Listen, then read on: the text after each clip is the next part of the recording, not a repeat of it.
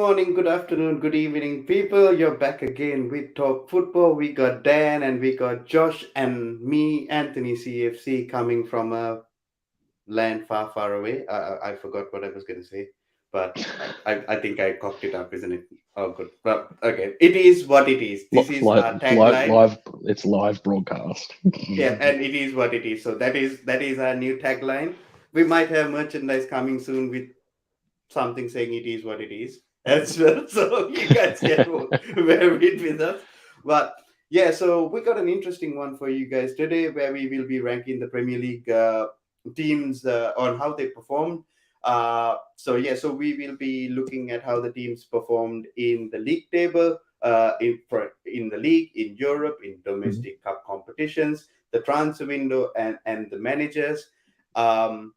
Each panelist, including myself, will have up to around three to 3.5 minutes just to talk a little bit about the team and give each one of those elements that we discussed earlier points out of 5. So we are applying a tangible to it, and then we will rank them on our tier maker.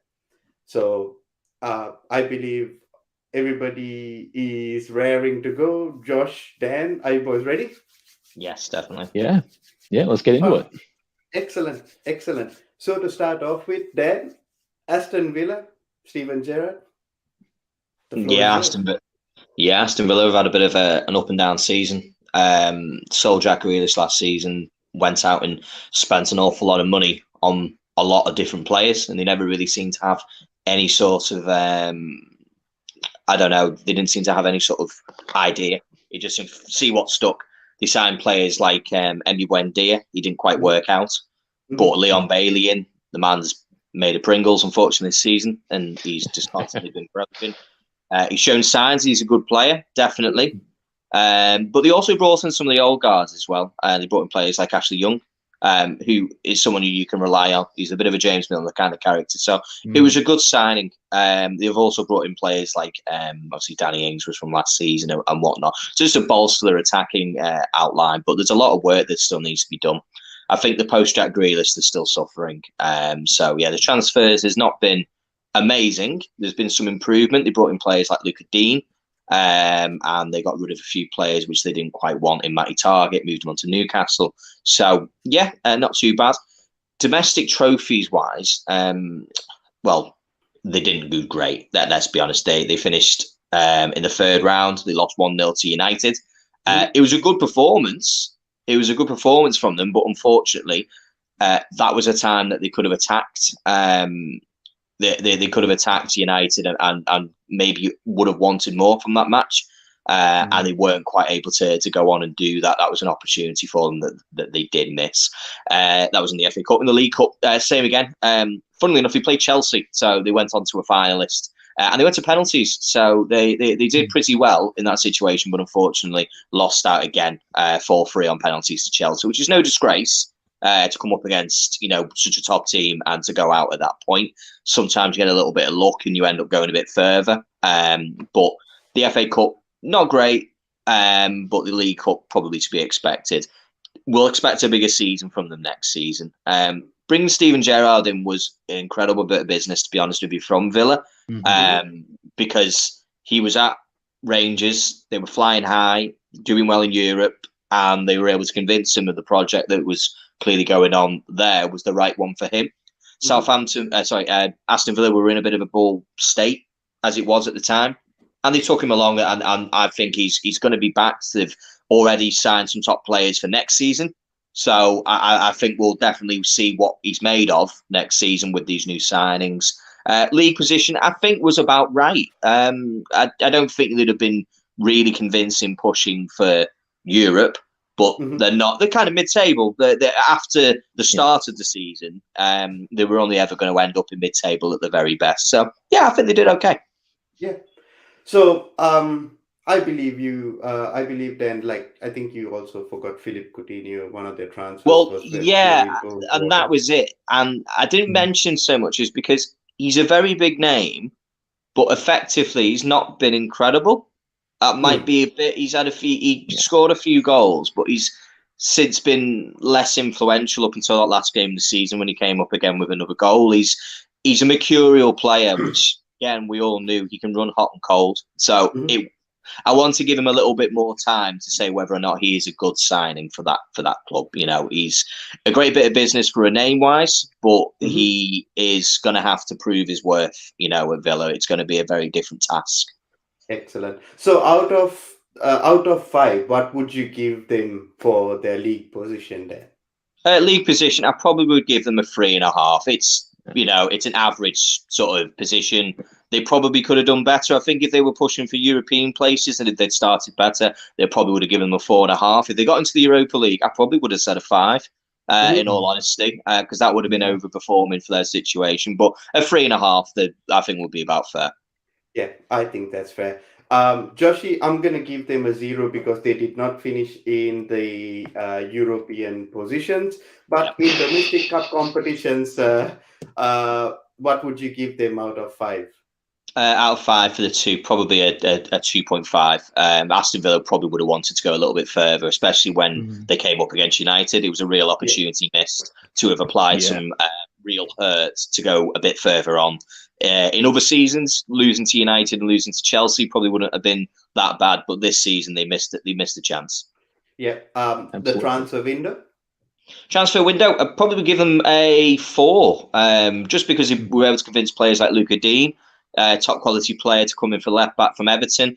They were able to convince players like Felipe Coutinho to come in. Steven Gerrard was doing his business there. They were able to move on a few players that they didn't want. So yeah, I'll give them a 4 because they've probably punched above their weight, to be honest, in the players they were able to convince to come to the club. Understood. And they did have 2 managers, but Steven Gerrard lasted longer in the league. What would you give Steven Gerrard out of 5? I'll probably give him a 3.5. That's because there was games which I think he was absolutely convinced he would have wanted to have won. There's times where the team were ineffective when it came to actually putting the ball in the net. They've made chances, numerous occasions. They were very good, but I just think he wouldn't be happy, and I don't think he would say he's anything more than an average sort of performance. 3.5 for me. Excellent. Josh, anything to add on Aston Villa on those points Dan made? No, I honestly think it's pretty much average across the entire board. I mean, what was his name? Dean Smith? Yeah, Dean Smith. Yeah, like the fact he got sacked and Gerrard really just stabilised and didn't really excel. That's pretty much, a bang average 3.5. And I mean, you could say that the signings were inspired, but they didn't kick on from there as much as they probably should have, given the talent that came in. So yeah, I agree with all those points. So 100%. Excellent. So out of 25 points, Aston Villa received 13.5 points. So for now, they will be going in as the top of the league, but these are going to be changing further on. But it comes to you now, Joshy boy. Brentford. What can you say about Brentford? Well, I actually was very impressed with their season, to be honest. They gave me Leeds vibes from fresh up from the Championship. Playing a brand of football was actually quite exciting and terrorised the Championship teams below. Now, they really came with a flurry. A few surprise results early in the season. And I loved, I think it was the opening day or the opening week or something. There's like, what's your target for the season ahead? To win the league, obviously. As we discussed, Dan, it was the conversations that, so plaudits to him. The confidence may be misguided, but essentially that's the aim of going into every competition. And they, for a long time, they walked the walk. They sort of faded, leading into the mid-year. And I think the signing of Eriksen was a masterstroke. And I've got to say, it was one of the best stories of the year after what happened to him over in Italy. He's some heart issues and all that stuff. And the fact that he came in, he showed he still got it. He's while obviously not in a class team to give his give his best. He definitely stabilised them when they looked like they were starting to run out of steam. I just think overall Brentford, I would say for player they overachieved, but it was very good. All their games were exciting to watch, and the game against United over at their stadium, just seeing the crowd, well, hearing the crowd in the background. Sometimes it was over the top of the commentators. Like it's really good to see these smaller teams coming up, getting the first grade experience, Premier League experience, and they're the sort of things that make the Premier League worth watching. Apart from the big teams, obviously. So yeah, I think I was very happy for Brentford, and I think they did very well in the league, definitely. Excellent. No, excellent. They also killed some giants along the way, isn't it? Just like they Yeah, hammered yeah, Chelsea like for 4 or something. yeah, and that's the thing. Like but that's not. It's also not the most uncommon thing to happen, especially if there's not a lot of, I guess, a lot of body of work of them previously having been in the Premier League. It was their first time in God knows how long. So yeah, you can have your people sort of giving you know how they play, what players they have, weaknesses and all that. But until you actually come up against them, Mhm. yeah, it's not uncommon for teams to knock off one of the big six teams fresh up in the championship. So yeah, they perform very So well, and no, exactly. yeah, So from their league performances, what would you give them out of 5 in the league? I'm going to give them a 4 out of 5. Oh, I think they punched above the. Actually, no, sorry, I'm going to make that 4.5 because given the size of the team and the size of the town they're from, they give me sort of non-boring Villarreal vibes. And yes. yeah, I guess it's a soft spot team for me, so I might be a little bit inflated with it. But I think 4.5, given they finished higher than Leeds, Mm. and Leeds have been up for the second year now, so yeah, I think 4.5 is a fair score. If anyone protests, then yeah, let me know because I think it's fairly spot on. It's just it's all soft and mushy for me and Brentford at the moment. Now, from the domestic competitions, like because I gave them a 0 for the Europe domestic cup competitions, where do you feel like what they did? Look, I'm gonna say probably one didn't really progress that far, so you can't really say more than that. Honestly, just if they'd made a run, even in the Carabao Cup or whatever, then you might give it a 2. But you go out early. What do you expect to give them in a score? I'm just gonna say 1. Yeah. Transfer market. Well, the highlight for me was signing Christian Eriksen, as I said earlier. So Mhm. I'm going to give that probably a 3.5, even though they weren't overly active. But the Eriksen signing actually did very well for their season and the trajectory they were going after they sort of that initial excitement, that initial burst of being in the Premier League sort of started to fizzle. Mhm. Christian Eriksen was a masterstroke, and if I hope that he stays there, but he looks like he's linked elsewhere. So yeah, I'd say 3.5. What do you give the manager out of 5? I want to give it the same as the team, but I'm going to say 4. Mhm. I think for such a small squad, such a small, I guess, a small team in comparison, he plays in a way that fits them, and he got them finishing in 13th. So fresh to the Premier League in such a competitive year as well, where so many teams were winning and surprise results and teams dropping points. So I'll give it a 4. He navigated the waters quite well. Yeah. Anything to add to that, then? Well, they were the favourites to be relegated, so they did incredibly well, didn't they? Yeah. To finish 7 places above where people thought they were going to be. Mhm. They've got no budget, so they couldn't really sign anyone. So he's done miracles, Thomas Frank. To be fair, I couldn't agree more with what Josh has said.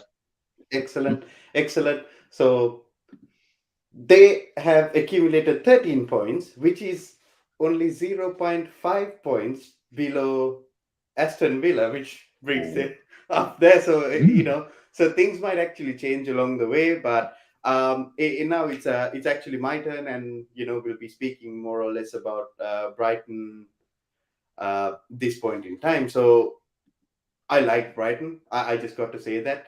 I believe if Mm. they actually did have a proper striker, they might be finishing in the European spots rather than a Leicester or a West Ham, or maybe even Mm. a Manchester United, I would say, because they weren't that far off.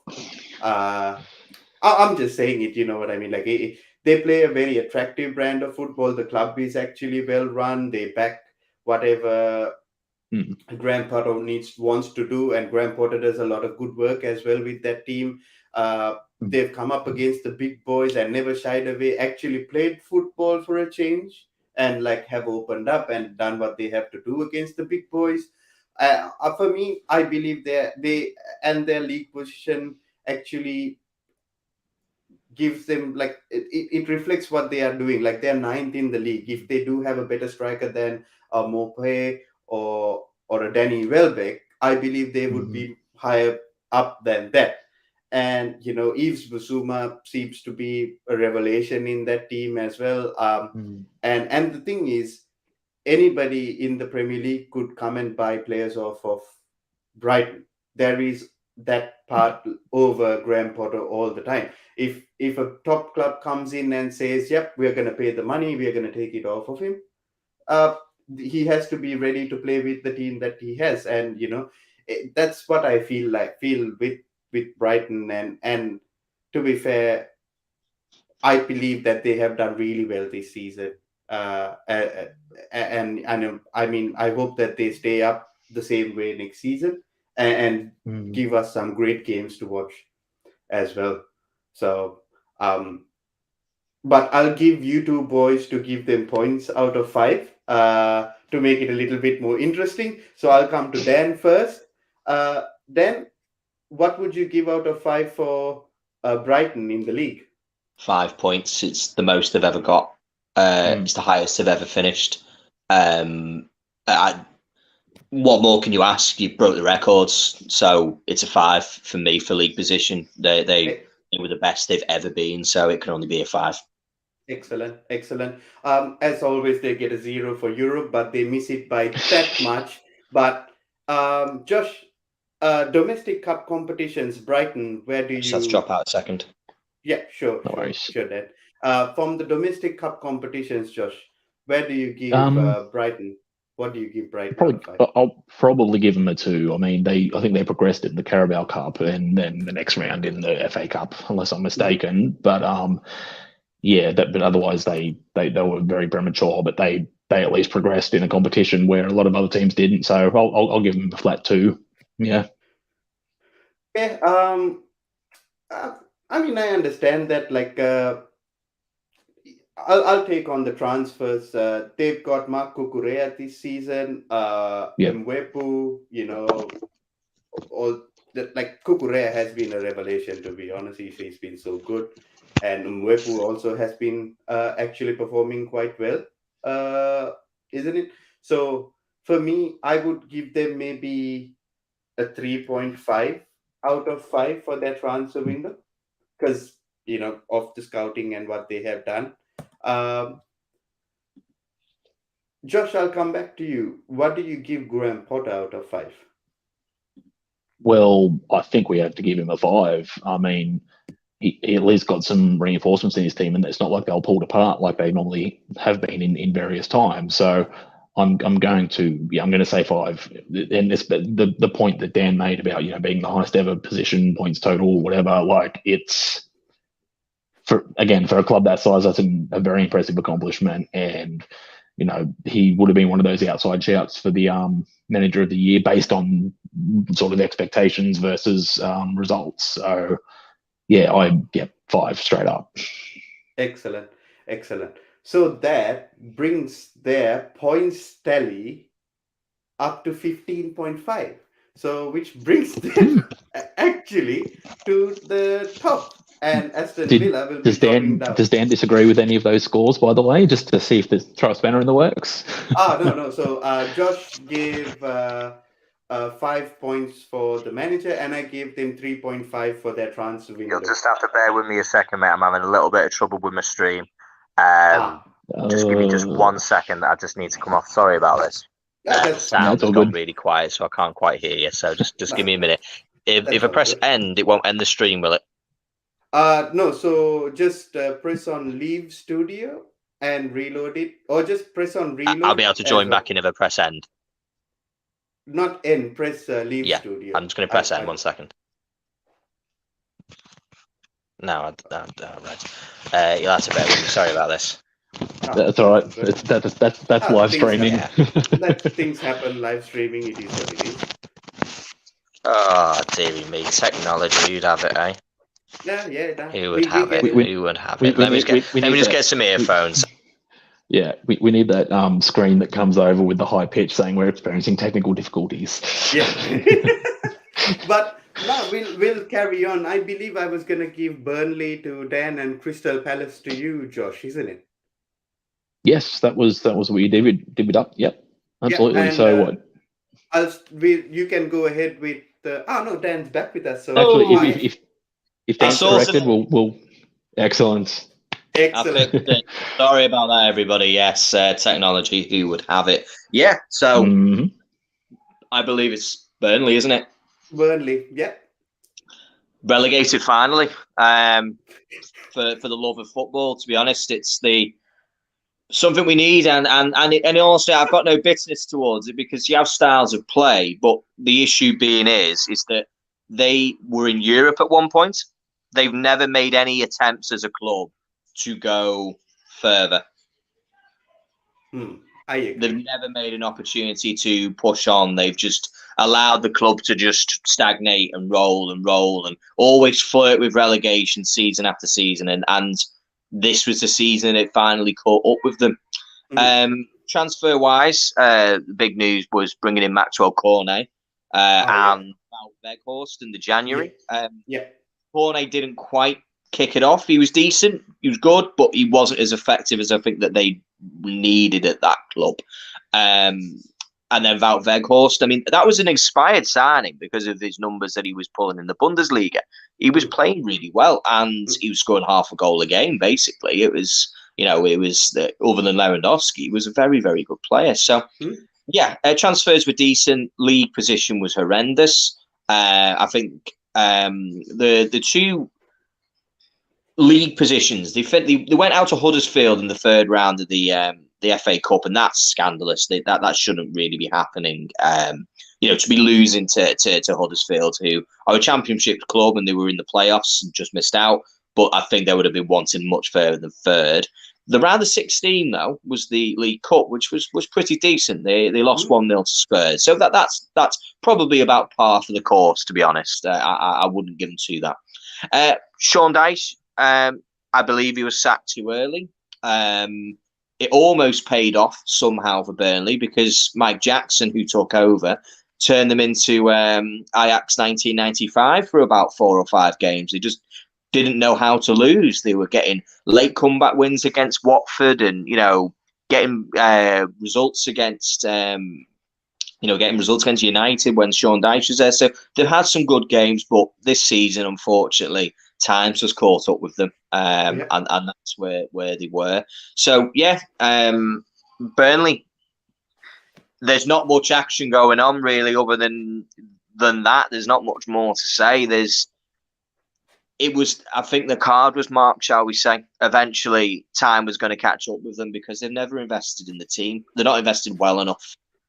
Yeah, and just as Tristan just said, selling Chris Wood costed them as well. You could well have done, definitely, yeah. Yeah. So from the points for the league, what do you give Burnley? Dan? They've been relegated, so 0.5. A 0.5. They had a team that probably was capable of staying up earlier on in the season. However, it was on them that they didn't. That they got themselves in the situation they were in. They couldn't win a game. They didn't know how to win a game. So 0.5 for the league position. Nothing for Europe. Yeah, and domestic cup competition. Domestic cup competitions, I'll probably give them a 2.5. Just based on them getting to the round of 16 in the League Cup, it was irrelevant in the end, I'm afraid. But there we are, shall we say? That's just they would if they'd stayed up in the league and they hadn't been relegated, they probably would have been quite pleased with those position places. Transfer wise, probably a 3. They'd have probably hoped that these players would have affected games more. But the issue is that they only relied on one player coming into the team to try and, bring those goals in. Maxwell Cornet was brought in. It didn't quite work out. Wout Weghorst came in. It didn't quite work out. And that cost them at the end. They needed to spend, especially in January when relegation was looming.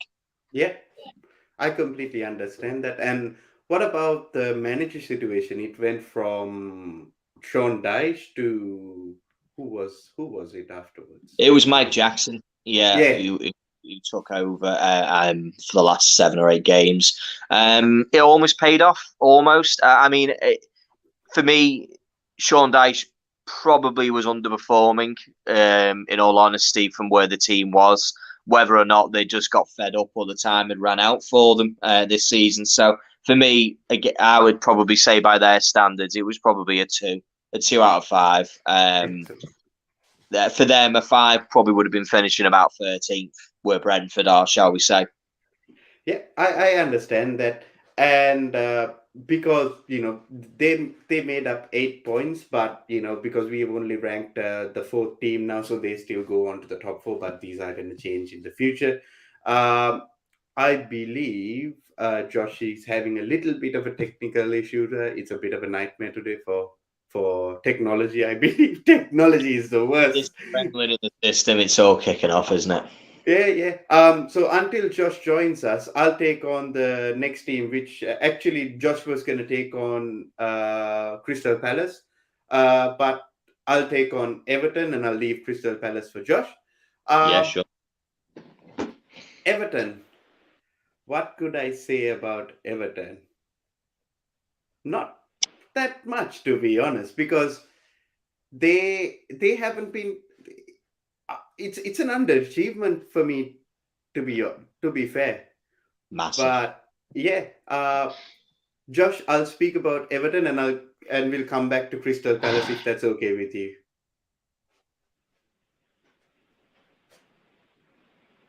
Okay. All right. It's in. Yeah. It's that internet down in Australia. I know you've only just invented it. Shush then. But now, they sacked Rafa Benitez and appointed Frank Lampard. Some people think it's a good thing. Some people think it's a bad thing. Me being a Chelsea fan firsthand knows that maybe Frank Lampard might not have been the best appointment for that situation because he might not have been in that situation. But he finally did get them across the line. But for me, it's a serious underachievement with players like Calvert Lewin, Richarlison, Andre Gomez, Allen, Yerry Mina. Yaremina, you name it, uh, experienced players like what's that winger? I can't. He's the winger who played for Everton, who got injured. On Andros And Townsend. yeah. Yeah, experienced players like him. Uh, I it just literally didn't come to my head. And for me, I believe Twisted is right over here when he's saying Everton are the flops of the season because they did spend a lot of money in the transfer market, but they also did get one player, Damari Gray, for about 1.5 or 2 million, which has been really, really good for them. I believe he was the only guy who actually uh, performed. And hence why I don't want to take much time with regards to Everton because I just don't believe that they survive, but it's not that impressive. They should survive with the team that they have. I They should be believe. a mid-table club. Yeah, for me, I just don't see it. So I'm straight away gonna go in and give them points on the league and say Everton probably deserves maybe a 2 in the league because they did survive at the end. A Yeah. 0 for Europe. I'll probably give a 1 for domestic cup competitions because they didn't do much, isn't it, in the domestic cup competitions then? Well, And they went to the quarterfinals, but then were hammered by. So, yeah, they were hammered by Palace in the FA Cup. exactly. So that says a lot more about Palace Yeah. than about Everton. And for me, And on the transfer window, because of that Damari Gray transfer, I'll give them like a 2.5 because Damari Gray did perform quite well for £2 million. Quite a good signing. For the manager situation, it's a hard one for me, but because Frank somehow took them for survival, I'll give them like a 2.5 if you agree with me. It's not an impressive Yeah, thing. I mean, I think you're being generous with them, but for me, I would only say because unfortunately Frank Lampard now has the record for the most consecutive losses for a manager coming in. He's done the result was what he needed, which was to keep them up, but the way it was done was not very good. I agree. If that makes sense. I agree. I'm just giving them 2.5 because he actually did end up keeping them. Yeah, exactly. That's the only reason. It's not like he did something miraculous. No, he did his job at the end of the day, just about. So with that, Everton gets the same amount of points as Burnley, and they still remain in the top 6. So it's gonna change. Let's. I believe Josh is having trouble, but then I'll give you, because Josh is having trouble with he's back. Hey Josh, 4G. you're back. You're 4G back on in a time. 5. Yep. All right, You're let's back do in this. time. You're back in time, and I believe Twisted has been waiting for this moment as well. Crystal Palace, Oh, it's your time. oh, the most overrated team in the Premier League. No, you got to banter your friends. But anyway, look, I was actually impressed with Palace. I mean, to be honest though, they finished where I expected them. So it's kind of it's a tough one to say because positionally in the league, I think they finished where they pretty much deserve to, given the the transfer budget they're ever given, and post Hodgson as well, which makes it a a pretty hard thing. But I mean, Patrick Vieira's done good from what he took over, and they took out City. They've taken a couple of big scalps. I think it was 2-0 against City, and they convincingly did it too, which impressed me. Everyone was skeptical about Vieira. I mean, he didn't really have that much of a CV. He was with Nice and the Red Bull in New York. So and not very impressive finishes. So it turned out to be a masterstroke in the end. And I think, look, I'm just going to give him a plain 3 because for me, the way I expect it, league finish, that's where I sort of think they should sort of be around that sort of 10th, 11th, 12th position anyway. So yeah, I'm just going to give him a 3, even though even though what Vieira did was impressive. So yeah. To be fair, I do agree with Twisted here. A lot of people did predict Patrick Vieira might get relegated with Crystal Palace as well, but I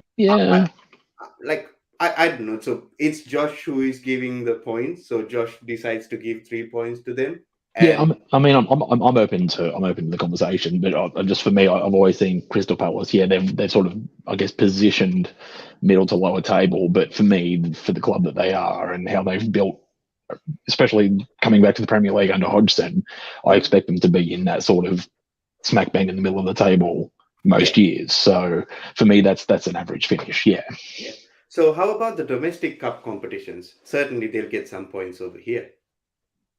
Where did they finish? I didn't actually track Crystal Palace to. So Crystal Palace actually was one of the semi-finalists of the FA Cup. They lost to the Chelsea. FA Cup. That's right. I forgot about that because we were talking about going through to beat Liverpool, but that didn't happen. And Chelsea did the job. So yeah, no, I forgot about that. My apologies. And the Carabao Cup, obviously, I don't think they featured very far into it. But okay, on that basis, I'm going to give them 2.5 because there's obviously 2 cups. But yeah, 2.5, I think's for me that's about fair.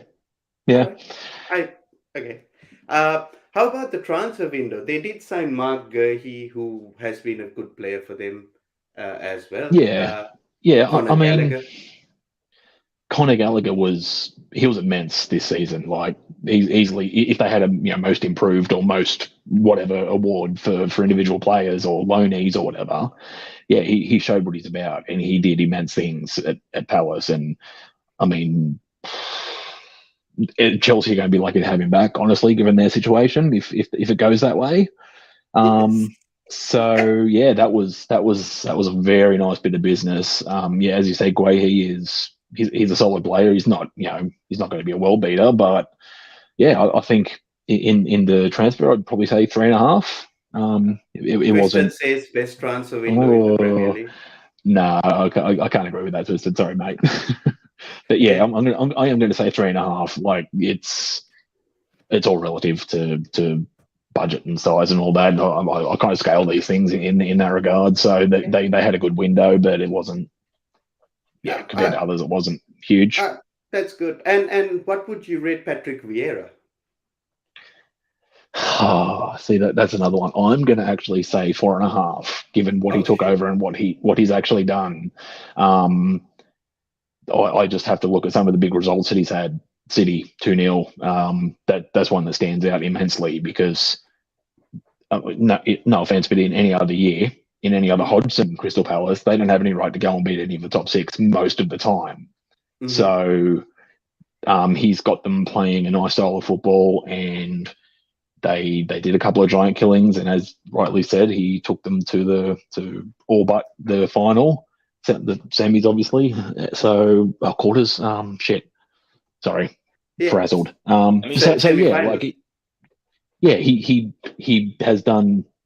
Arguably, he's done more than Hodgson's done in less of a time. So that's a big up to him. So yeah, that's cool. That's cool to me, just fine. Excellent. And Josh, anything? Dan, anything to add to what Josh said? I don't know. I mean, for me, I thought reaching the semi-finals for the FA Cup is a massive overachievement for them. So I probably would have given them more just in the domestic trophies. To have a day out at Wembley for a club like Palace is enormous. I think we take it for granted as the top six clubs, that we get that quite regularly. But for his first season into the club, 4.5, 100%. There was the 0.5 is because he started off really poorly. The first 9 games he only had 1 win. Yeah. So that's where I'm taking that away. Couldn't argue the league position because I never had them down as relegation fodder. I thought they just finished mid-table, to be fair. So I couldn't disagree with that at all. Just the only one for me was just the domestic cups. I thought going to a semi-final was a big overachievement, and they just. Where would you? What points would you give then? For me, I would probably just give them a 4. I'd probably just go for the 4 because, and the reason for the 4 is again, League Cup wasn't great from them. But it was the way that they turned up in that game against Chelsea. They looked a bit scared, if you know what I mean. They looked a little bit frightened. They weren't the Palace that we saw against City in the Prem. They looked like the occasion got to them. Yeah. So, all right. Well, on that, I'm gonna meet halfway. I'll say 3.5. I still think it's put down by the fact that they didn't do very well in the Carabao. So, a nice middle ground there. I think that's good, actually. That's good. That's good, and that's what we are here for as well. So with that, Palace actually has 14.5 points. That's actually 1 point above Aston Villa, which actually Burnley comes down 1 position, and Crystal Palace makes it to the top 4 until we get to the big boys, of course. But so Dan, I believe Twisted must be ecstatic at this moment. But yeah, so going on to Dan, Southampton. They didn't get beat 9-0 this season, so that's a positive. There's always Shots one of the fired. positives. Hey, this is. I mean, it's they've got I think they have an account on Twitter which is have we been beaten 9-0 this season, or has anyone mentioned it? So I think they're quite pleased that that's going away now. But league position not very good. They fell away very, very quickly. If it wasn't for the fact that Burnley, Leeds, and Everton had all been poor much earlier than they had, I think they could have well been in a relegation battle. They looked good at times. They were capable of playing very well, but they were also capable of playing like a pub team. Again, Yeah. absolutely punished. Chelsea punished them there, but then they could shut up a shop and play against City and get a 1-1. It made no sense. They were such an unpredictable team and inconsistent from the start. So, signings wise, another loan from Chelsea, Livramento. He was good earlier on, but he faded away towards the end of the season. He is only a young lad, and that's to be expected. I think you are talking about Armando Broja. Sorry, you are correct. Sorry, Amanda Broja. Sorry, yes, Broja was great to begin with, but he tailed away towards the end. He was probably their shining light, and when he stopped scoring, the results went with them too. To be fair, Livramento, so he does play for them. He got a bit of an injury. He was quite a solid player for them as a team. Also from Chelsea as well. So. There you go, and that's where, Linko, who came in the defence, he was pretty decent, solid enough, kind of to be expected mid-table centre back, and then Armstrong from Blackburn coming back, just something up front. But again, they've lacked goals, so the transfers weren't brilliant, not brilliant at all. Ralph Hasenhüttl, I think he only stays in a job because I don't think there's anyone else for them, as daft as it sounds. He was put down as the Austrian Klopp or whatever he was being, the Alps Klopp, the Alpine Klopp. He's not. He's not great. He looks like a detective out of a Scottish murder documentary. To be honest, wearing his waistcoat and suit, or then he wears a tracksuit. Make your mind up, man. That's what I'm saying. Make your mind up. Be a suit or be a track manager. Which one is it? He does wear those gloves as well. He always wears them gloves, doesn't he? And he's got his He's got his initials on them. So I never trust. Like a bloody golfer to me, to be honest. There you are. So again, I think he's on borrowed time. It wouldn't surprise me if he gets sacked next season. To be honest, if they start poorly, the fans were getting fed up with them. They genuinely were getting fed up with them. So yeah, I'm ready to give my scores on him. Go ahead then. 1 from the league. 1 for league position. That was a really poor league season from Southampton. They won't be happy with that at all. Yep. I gave a 0 for Europe. And what about the domestic cup competitions? Domestic cup competitions, yeah. So they get some points here because they went to a quarter-final of the FA Cup and to the round of 16. So they did well in cup competitions. So I am going to give them a 3.5 there. They probably did where they would want to be. They capitulated against City. They were actually playing really well, and then all of a sudden fell to pieces. It was a bit of a strange one. So yeah, How about the transfers. Broja was good. I'm going to give him a 3. It would have been more if he carried on, and some of the other players that they brought in were more influential than they had been. Armstrong hasn't been influential enough this season. So yeah, probably a 3. Yeah. For the golfer? 1.5. The man's on borrowed time now. I think people have realised. Any manager who can take 2 seasons getting beat 9-0 and stay in a job is beyond me. He probably would have gotten beaten 9-0. It's just that Chelsea didn't want to go ahead. Yeah, the 9-0 was there to be had, wasn't it? Chelsea just had a game to play at the weekend, in midweek against Real Madrid. So I think that was the only reason that they didn't. I think he's on borrowed time at 1.5 for me. He's my favourite to be sacked next season. Excellent. With that, they cut a points total of 9, which actually puts them in the top 6, where Burnley drops to the top half. Josh, coming to you next, we got Leeds. Please, I got to add this before we start this. Do not be biased. No, look, like any rivalry, you want them to suffer and burn in hell. But I'm actually glad they stayed up because it's still that extra rivalry game for United. So bias and rivalry aside, I still think they had a shocking season overall. Like the Bielsa effect definitely wore off very quickly. And I expected them to push on to go, top half of the table with a couple of decent signings, but even, getting absolutely rorted 30 million to buy Dan James, that was, United's best business they've ever done, to be honest. But he was he was an atrocious signing. He didn't really do anything for them, just like he didn't do anything for United. And in the end, they only hang on by the skin of their teeth on the last day. So in comparison to where they should have been and what a couple of signings dictated they should have progressed, finishing just outside the drop zone by literally a result on the last day, it is nowhere near good enough. I think the saving grace was Jesse Marsh. He's actually, credit to him for actually making a visible and tangible improvement in the short time he was given as well. Like, rather than playing full tilt Bielsa heavy metal football that he actually created, they were, slightly harder to break down. They were more resolute in defence, and they were snatching goals where previously they were, you might get 30 chances in a game, but none of them were any close or anything. So he put in a good foundation. If he is to stay in, I think they'll progress again next year and be solid.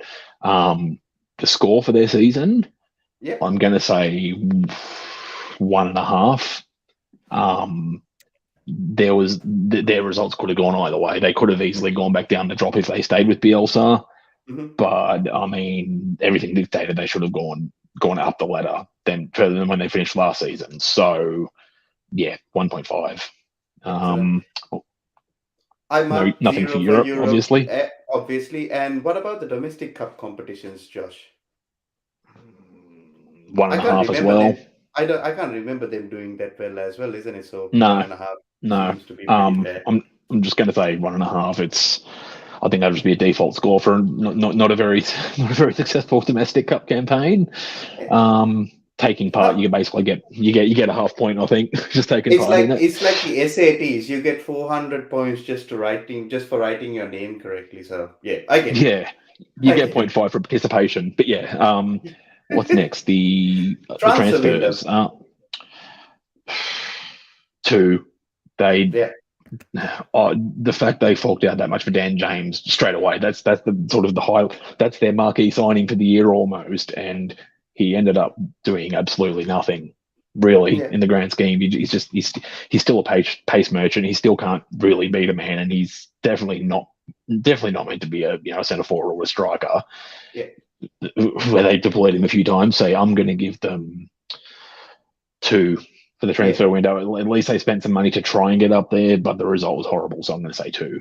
Okay, so the manager portion, you can actually divide it for yourself. Basically, you can give 2.5 for Bielsa and 2.5 for Jesse Marsh, the way you want to play it out. Well, honestly, maybe recency bias plays a little bit into it, but I'm going to say 1 for Bielsa and a 2.5 for Jesse Marsh. So 3.5 for the managerial appointment. 3.5 all up.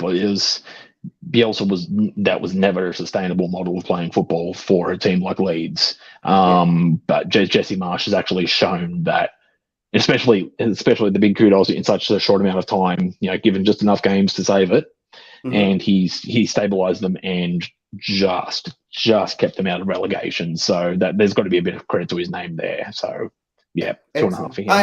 I understand. So that brings their points total up to 8.5, which is 0.5 more than Everton and Burnley. So which means Everton is dropping down. I believe Dan is having a little bit of that's weird, isn't it? The lowest finished team of all of those by looks of it, and they outscored. Oh, except Burnley, obviously, but No, but that's the whole point of all of these things. You know what I mean? When you apply a proper tangible to it, you understand how the team actually, what they actually did in the Premier League. Hence why I'm going to take on the next one, which is Leicester City. I believe it's another average performance by Leicester City compared to what they did last year. I think it's average, isn't it? They finished 5th last year. You won the FA Cup last season. Yeah, compared to last season, this season is average, isn't it? Oh, I'm not sure. Last season they just missed out on Europe, wasn't it? So you're thinking I should say poor? Listen. For me, I think Brendan Rodgers is lucky to be in a job. That's all I'm going to say. Oh. Like, All right. Okay. they were horrific. Like a club to go from winning an FA Cup and just missing out on top four to this season for me was like oh God, like I don't know. I only think he stays in a job because there's nobody else. Like, but yeah, mate, yeah, it's your floor, but yeah. No. To be honest, I didn't want to say poor because I'm a nice person. I like to use the word average to cushion the blow a little bit. But to be all in all honesty, you and I believe Joshua also has the same kind of sentiment towards Leicester. No, I honestly think that going backwards from a position that you actually should be moving up, you immediately at the most generous, I'd say 2.5 at the very most generous, No. because they went backwards. And yeah, I agree. And it's not like they did not sign any players as well, isn't it? They brought in a couple of good players in. I believe it didn't work out for that player who came in recently. What was he? That's right, Patson Daka, isn't it? He actually didn't do anything, to be fair. And he started brightly and then stopped. He did start bright. He did start brightly, and at the end of the day, like they did have a little bit of a good finish to the season, and hence why they actually finished where they finished, which is actually 8th, which is a Conference League finish, I believe. Yeah. No, which is just below the Conference League. Playoffs, I think, isn't it? Playoff position. I don't know. This Conference Conference League League confuses me sometimes, but it. Let's say they actually missed out on Europe. It's not ideal for a team where Brendan Rodgers almost took them to the Champions League, then actually finished in a Europa League position, did play pretty good football, and everything is pretty lost. I believe they need to start, thinking of a time without Jamie Vardy, because he's getting right up there, and they need to adjust to that. And also they might need to adjust to a time period where they might not have Yuri Tielemans or Wilfred Ndidi going forward. And maybe even James Maddison, because even though Leicester performed pretty badly, James Maddison still was performing in a very, very good level, and I believe he should have been called up for England. And I don't think he has been, and it's a pretty weird season for Leicester. But in all honesty, I'm just straight away gonna go into and give them the points, and I believe I would just give them a 2, to be fair, because it's not good. In the European competitions, they actually made it to the semi-finals of the Conference League, isn't it? Yes, that's correct. They made it to the semi-finals of the Conference League by losing in the Europa League. Yeah. Isn't it? Yes. So not from a competition that was above to then go to a competition which is below. So yeah, it's 3.5 maybe would be fair. I would say still they did make it to that semi-final. Josh, do you agree with? Yeah, I think so. I mean, there's obviously points deducted for dropping out of the competition you qualified for, but the fact that you can still back it up and keep going is still a bit of a testament to the team itself. So yeah, I think that's fair. Yeah. Domestic cup competitions, not very good compared to last year. I would probably give a 2.5 here, to be fair. The transfer window, I think it has also been a bit of a hit and miss, and I would give another 2.5 here, because I believe Patson Daka might come good in the future, because that boy does have a lot of talent as well. But Brendan Rodgers, I'm gonna give a 1.5, because that team was in Europa League, and now no Europe. So with these points added up, they actually get 12 points because of that factor where it's a funny one, but they do get 12 points because they actually did play in Europe. So with that 12 points, it brings the league table up to 1 second. So that's 12, 15.5, which is Brighton, which is on top. Then you got Brentford on 13. Yep. So just below Brentford, Crystal Palace, and Aston Villa. And So there's our first team that's finished above the others, but has now going to be below because they've underperformed, they've underachieved this season. Yeah. Um, and they've been out of rested by Southampton, semi-final of the Europa Conference League. and out Mhm. of Southampton and Southampton and Leeds. Leeds are coming down as well because they have less points than Southampton.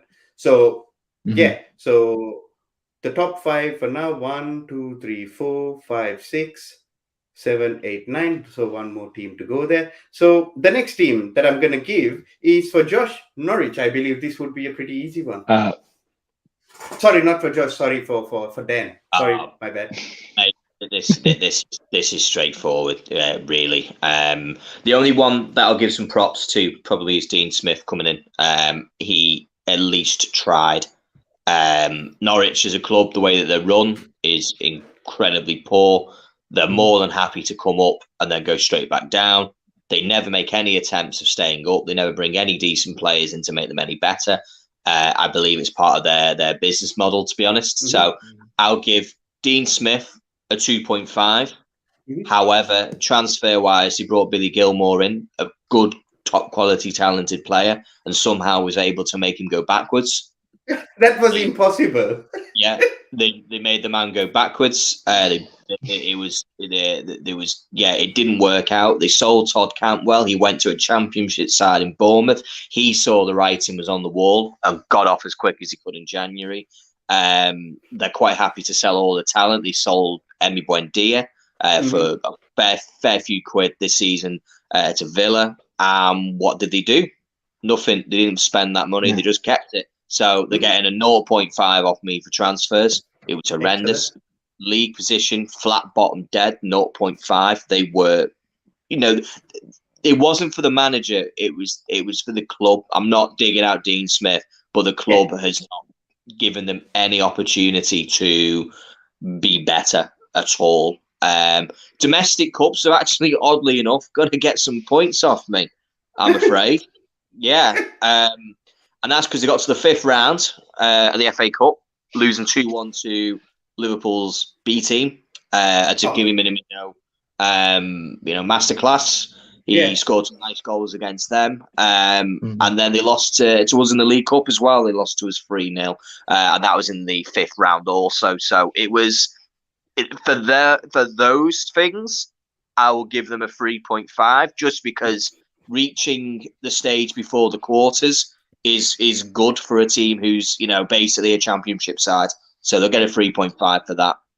Yeah. Plus, also, it's they did meet Liverpool, whether it was their B team or their C team. Liverpool's team is much better than Norwich's. Made it a competition. Yeah, they made Jurgen Klopp think about using his bench, but at the end of the day, he didn't need to. If you come up against the top side, you expect to lose. That's just the way it is. If they'd gone out to a club who was in League Two, well, they'd be getting even less points. So I think that's the only saving grace is that they lost to, the eventual winners in both competitions. Yeah, so they actually do get 7 points, which is the lowest total in all of this. I don't think anybody was very surprised, but they still are in this position. But this will go down later on. Josh, I think Watford, another easy one. Too easy. Honestly, for me, the only highlight for anything to do with Watford was Emmanuel Dennis' performances. They've got a good player there, but he shouldn't be playing with Watford. I think he should go to a mid-table team. That's just my opinion. Look, I'll make this quick because there's really not much to say about Watford. Horrible season. Transfers didn't really inspire anything. Much like Norwich, much like anyone else in that position, they're happy to just be there for the time and same sort of thing. They don't really throw too much of anything to try and improve their squad. I'm going to say probably 1 for the league position. I mean, it was kind of expected that they were going to go straight back down. Just not enough depth, not enough quality to even push out of the out of the drop zone. So, I mean, they did okay with little patches, but there wasn't anything consistent enough. So that's a flat 1 for me. Obviously 0 for Europe. Mhm. I mean, maybe they thought about Europe and they can. Yeah, anyway. For a holiday or something, maybe. Yeah, exactly. They were thinking about off season by the time mid season rolled around. Yeah. What's the other one? Transfers. Domestic cup Yeah, competitions. 0.5. They were horrific. Yeah. What can you say about a team that doesn't progress? Really? What's the next one? Yeah, transfers. Did they really get anyone of note in January or over the summer? I don't remember hearing any. No, was Emmanuel Dennis a transfer this season? I don't think so, isn't it? No, I think he was with him in the championship, unless I'm mistaken. Let me just double check that. Yeah, just check that because I'm kind of winging it at the moment. So Emmanuel Dennis, yes, he did come from Club Brugge to Watford this season for 5 million. Okay. All right. Actually, for 5 million. All right. Well, fair enough. He's okay. All right. Well, then I'll say 1.5 for transfers. Jesus Christ, gosh. No, Dennis. It's just he was brilliant. Yeah, he performed well in a shit team. That's the long and short of it. And so 1.5. You can't really be any more generous than that. Yeah.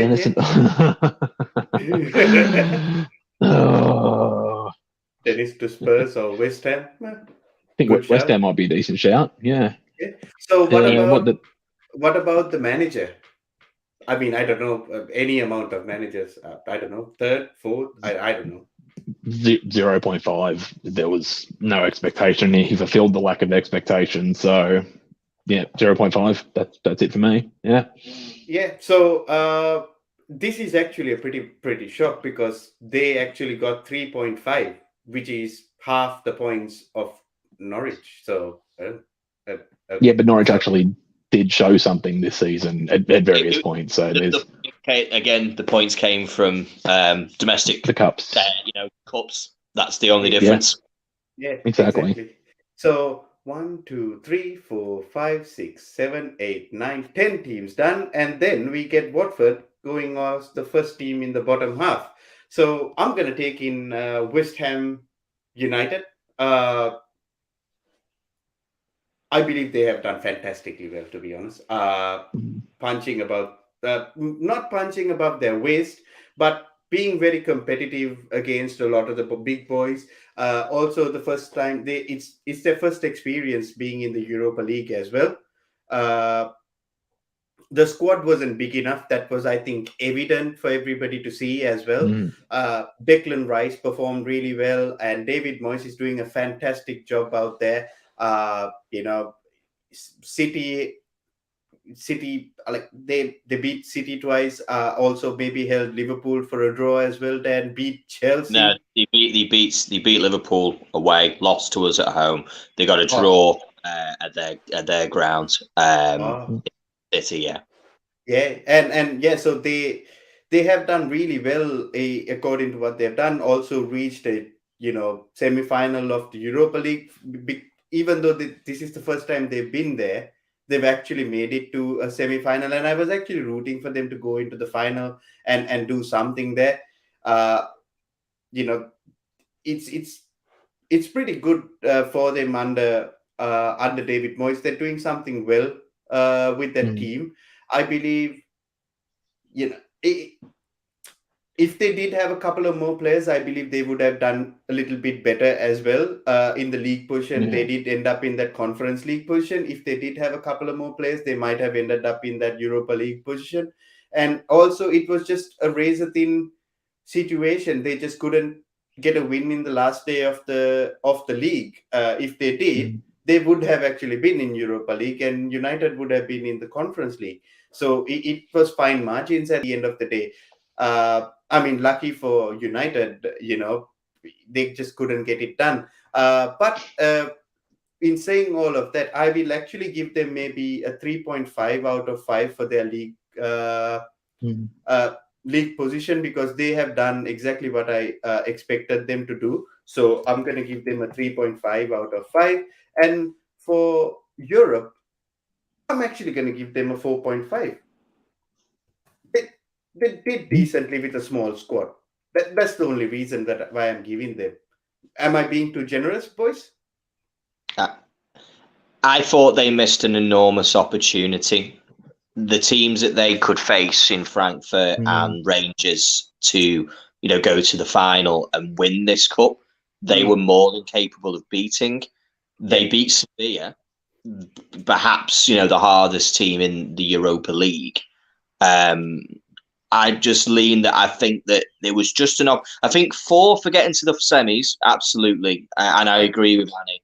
But for me, I think they missed out on an opportunity. I think if they got to the final, a 4.5. But yeah, I think a 4. Oh, fair enough. Actually, fair enough.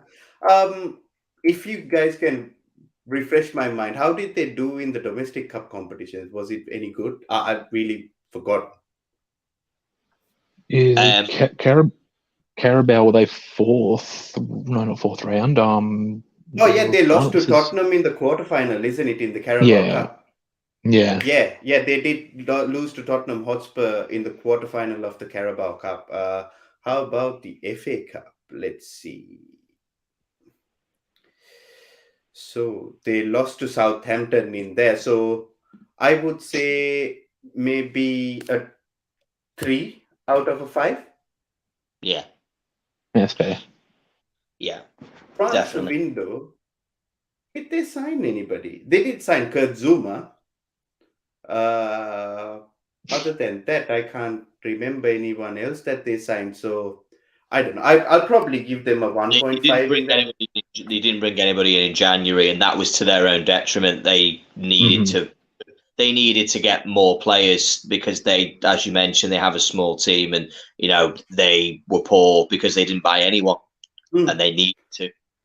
Yeah, they did knock out United in the Carabao Cup, just as Annie points out over here. But at the end of the day, that's why I gave them a 3 because they did not progress any further. But for the manager, I am actually going to give David Moyes 4 out of 5 because I believe he's doing a fantastic job in there. Yeah, definitely. He is really, really doing well, and that actually brings their points total to 16. Whoa. Yeah, so which immediately puts West Ham. Be back in a sec. On to the top of the table. So 0.5%, 0.5 points over Brighton. So which means Brighton comes down. It shows how well Brighton's done, though, mate. To only be 0.5 behind a team who went to a semi-final, they've done really, really well. They absolutely. I just think West Ham suffered because they should have. I don't know whether or not they felt like there was a case of maybe it would have made more sense to have gone all in on the Europa League and maybe sacrifice the league a little bit more. Kind of rest some more players and just say, do you know what? We're going all out. We're going to win. Our league is now the Europa League. Yeah. That's actually the fair point. That would have been their best chance of European progression as well, because as you said, Frankfurt, Rangers, they had more than enough firepower to knock any of those guys out. So they missed a trick there. I think they should. Yeah. No, I think they'll regret. I agree, and that did make a little bit of a couple of changes in the thing. Leicester comes down, a few changes, and Norwich actually drops out of the top half of the thing. And it comes to the last 2 things before we come to the top 6 of the Premier League. Dan, would you tell us about Wolves? Yeah. So Wolves were a team who, at one point, I was thinking that they could have gone for a Europa League space. They were doing really, really well. They were very, very tough to beat for a long portion of the season, especially earlier on in the season. They were not scoring many goals, but they hardly conceded any in the slightest.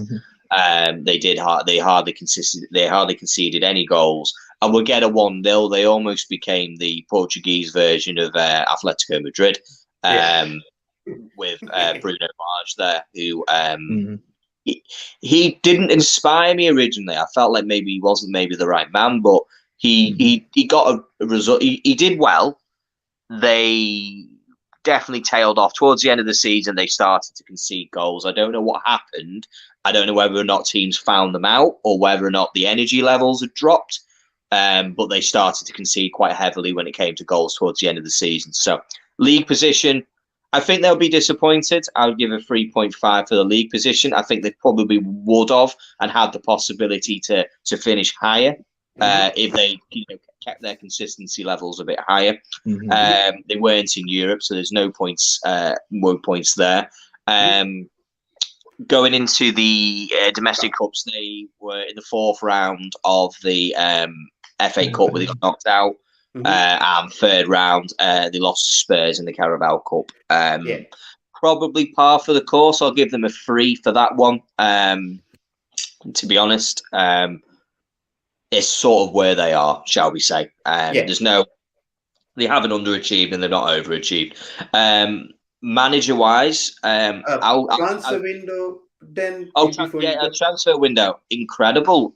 Some of the players he brought in were absolutely fantastic. Jose Sarr, probably goalkeeper, probably one of the best, if not one of the best goalkeepers. This season in the Premier League, he has been it's been a brilliant addition to their team and has dug them out on a number of occasions. Ait Nouri as well. He's very, very good at that left back position.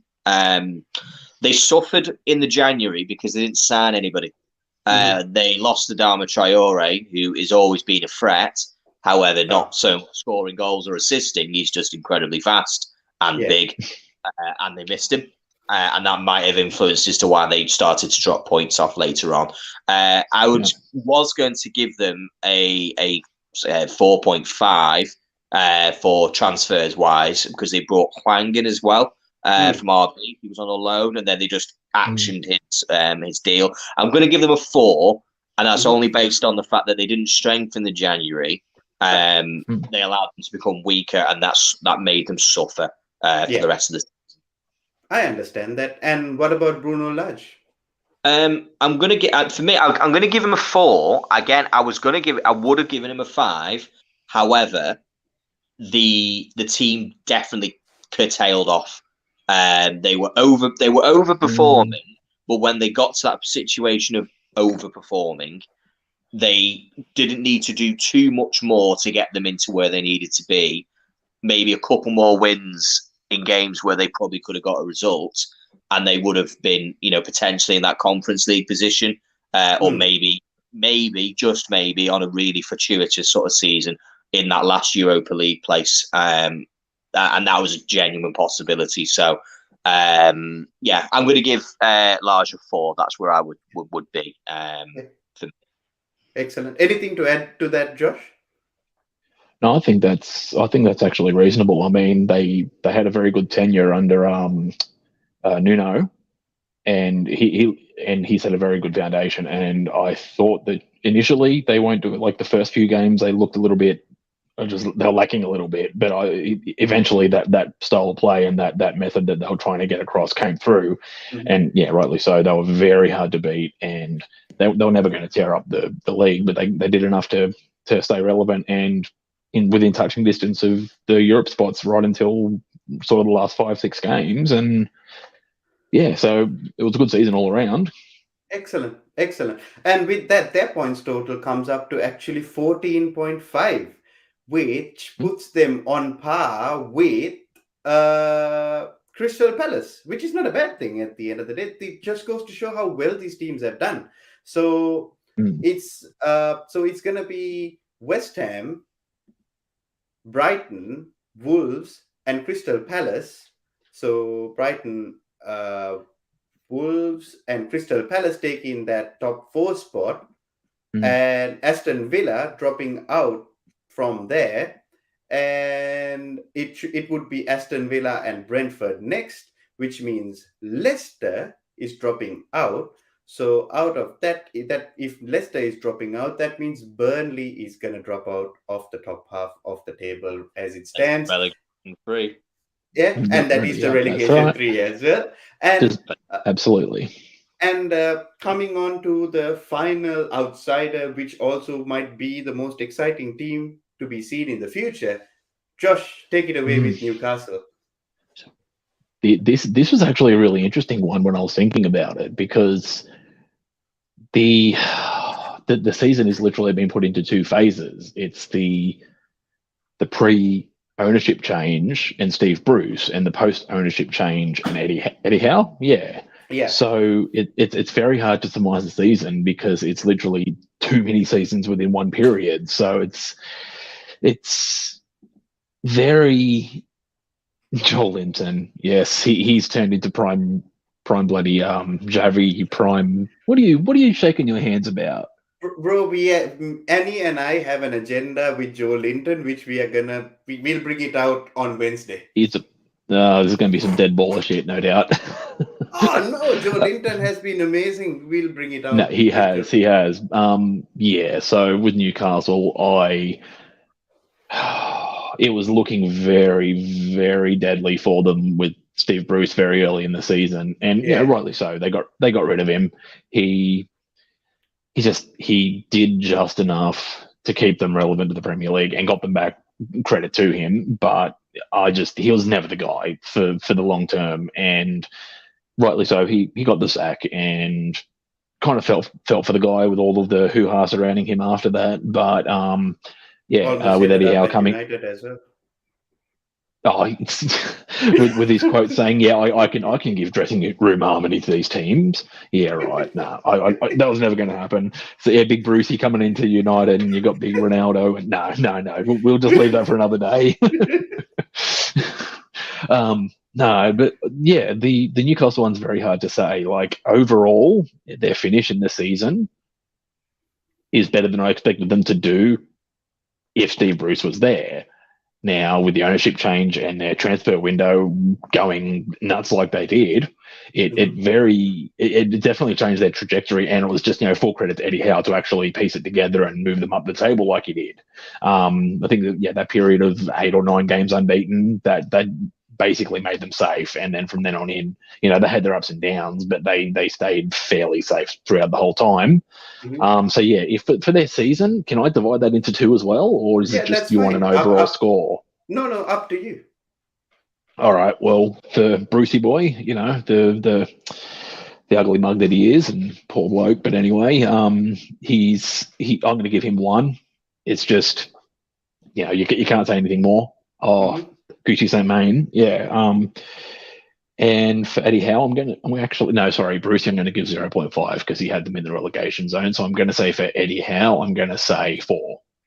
Yeah. I'm going to give him a 4 for just he turned them around on a dime, which just irrelevant for the moment, but it shows the market that clubs can get a manager and get them playing very good football, or a lot better football than they were within weeks. So that's a marker laid down for future appointments. But anyway, so that make it 4.5 for their season.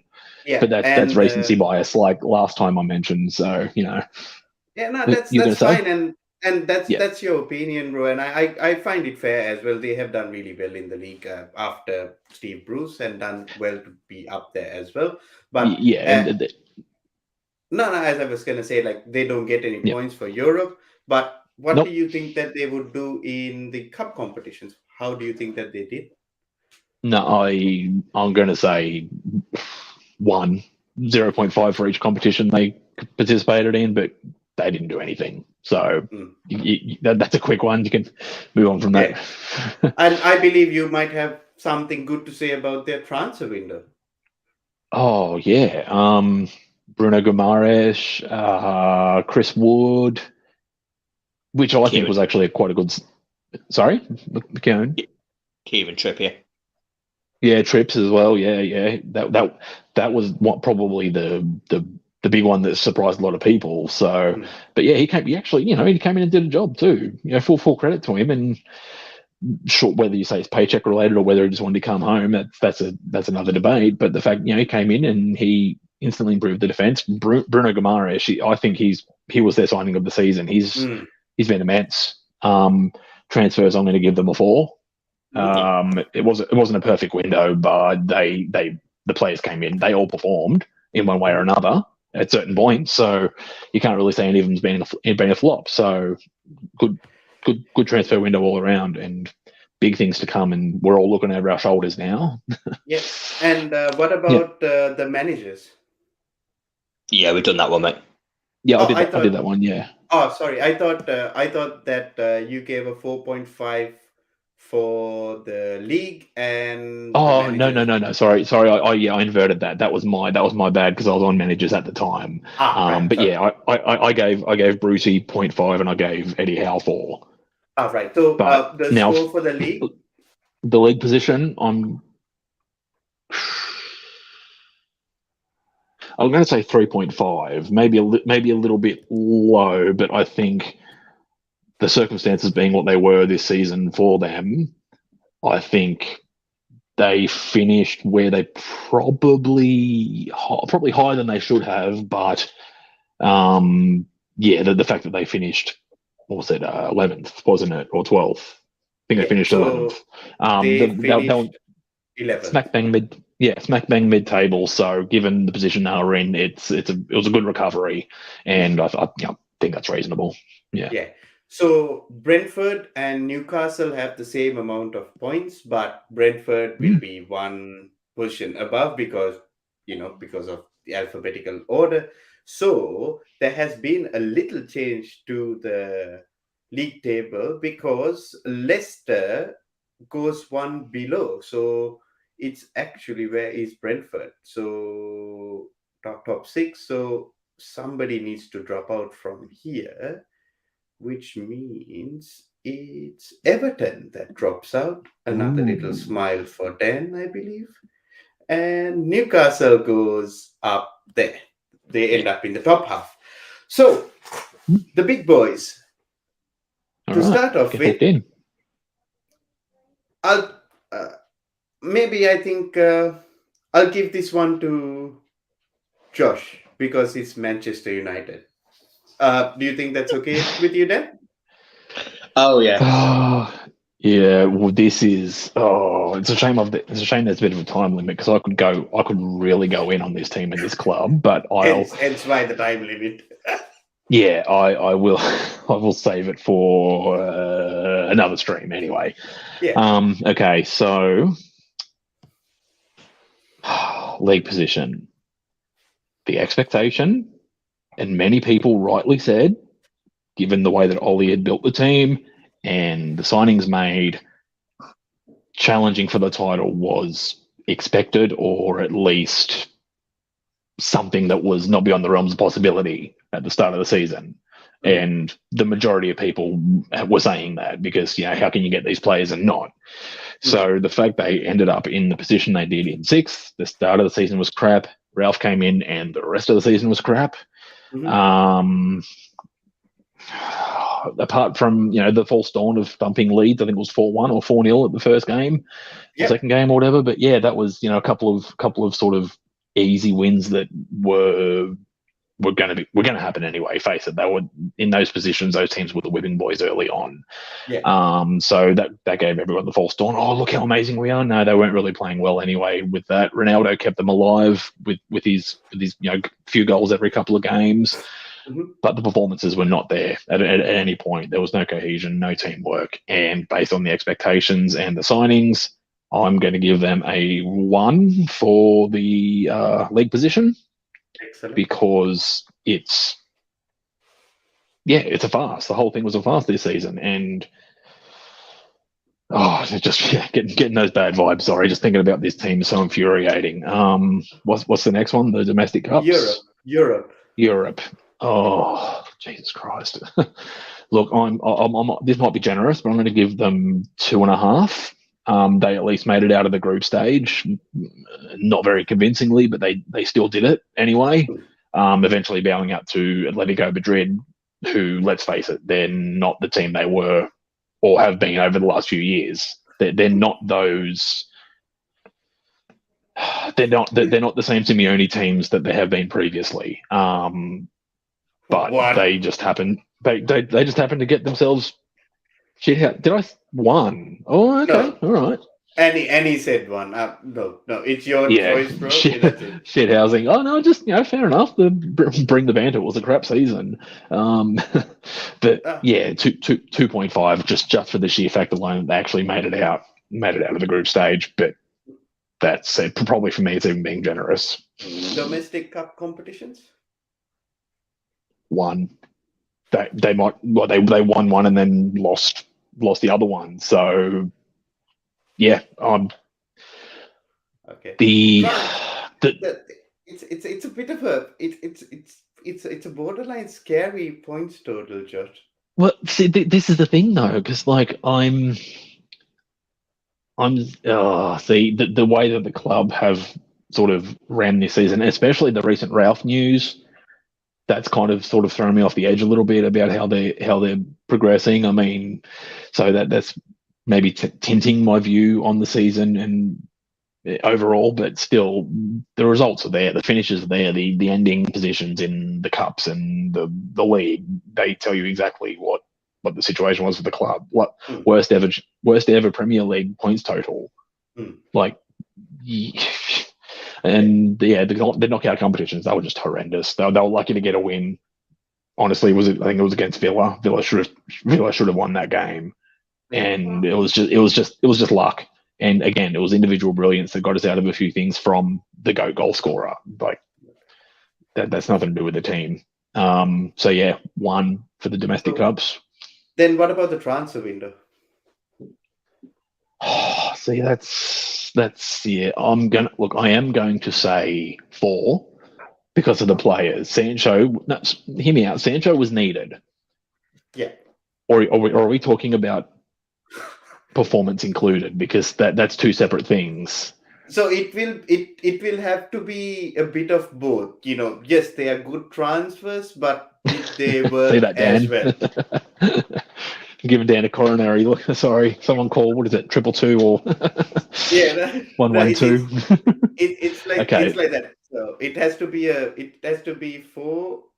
All right, let's make it a bit more balanced, because I was cloud 9 when Ronaldo and Varane came in. I was like, oh yeah, but Varane I think only played 19 games or something like that, some ridiculously low amount. Ronaldo, yeah, he did what Ronaldo did in as he has done in his career. He scored goals when they were given to him. The chances were created for him. Sancho, I think he was misused. He should have been playing from the start of the season, but in the grand scheme, I think Sancho has been okay. He hasn't lit it up like a lot of people thought he would, but next year he should be much better for it. So, okay, I'm going to say, hopefully. I'm going to say 3 instead, because the personnel was good, but the end result of all of them was about average overall. So I'll say 3 for the transfer window. I'm actually okay with 3, because at least, Ronaldo did put out a performance, even though the other 2 haven't been, not performing to that level. Yeah, no, I understand. You can't really rate Varane, because he doesn't have a big enough body of work and a consistent run of games to be like, okay, this is what he is going to look like in a United team, because as always, we sign injured players out of their prime. Yeah, but also, availability is the best ability, so that's something. This is true. That I always believe. So what would you rate the managers? Yeah, I swear I'm the only one that's got all the double managers. I think this seems to be the way.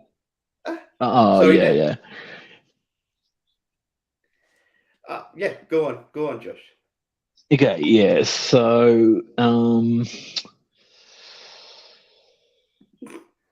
Ollie, 1. He started the season with a couple of wins, and after that it fell away. Ralph, 1 as well. The expectation coming in from him, but the fact that even the players, Ralph has this very, very, very set way he wants to play. All of his teams did the same thing. The Gegenpress, the Godfather, the Professor, all of this hype around him, and everyone was fooled by it again. It's that PR machine. Everyone was fooled. United are going to instantly play better. 35 minutes against Palace in that first game, and then they just stopped.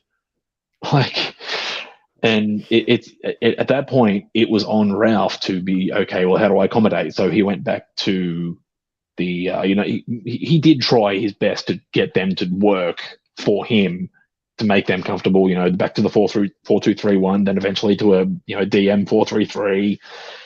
So he did try, but then in the end, I think he just gave up.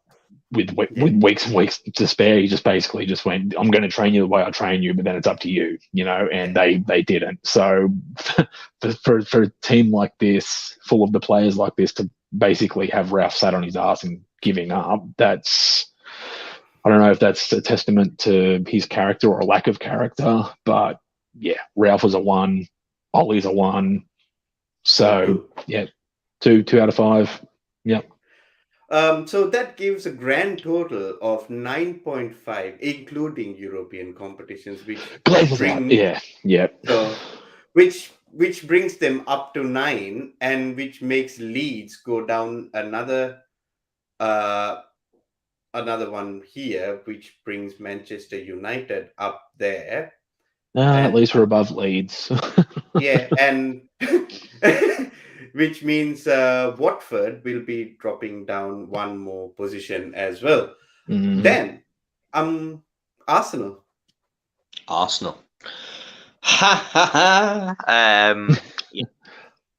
The Arsenal team, whose goalposts moved like the wind. 1 minute it wasn't top 4 that was ever a problem. Then they were top 4. Then it was this. Then it was that. For me, their season has been on target. Europa League probably was their target. However, when you have with 1 game in hand, all you need is to win 1 match. That was it. And they had top 4 in their hands. So the goalpost moves to where you are now. Now, where are they? The Europa League. And they'll be happy and say, oh, look, but that was the target all along. It wasn't. When you are there, you have all the games, you had all the players. For me, I'll give them a 3 for their league position, because that was average. It was not a good. 3. Yes, I would say 3 points from 4 games. They had 4 matches to win 1 game. They could have drawn them all, but they didn't. They capitulated and fell to pieces when they only needed 1 win, and that was it. So yeah, a 3, and that's just because they achieved target. That was it. It wasn't anything more than that. Transfers wise, really poor. Poor because in January they didn't sign anyone.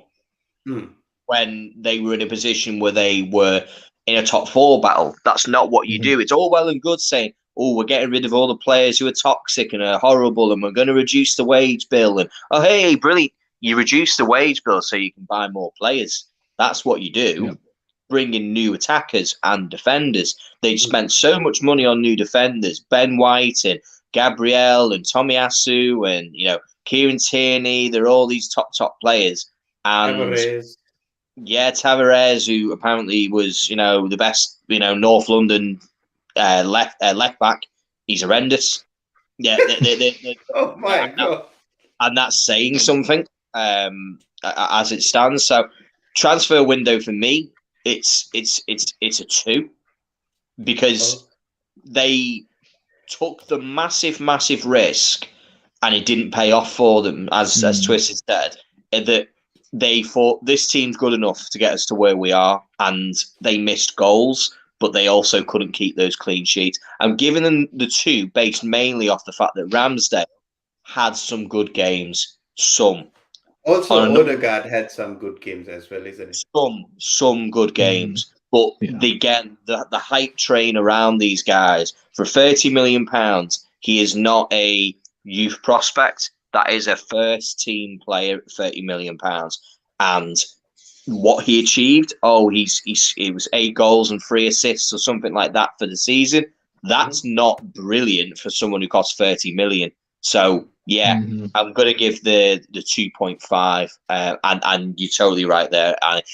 Completely ill-disciplined, and that costs them 100% there. They've got no thing.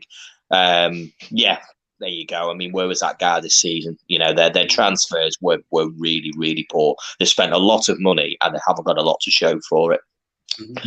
Domestic, obviously nothing for Europe because they weren't there.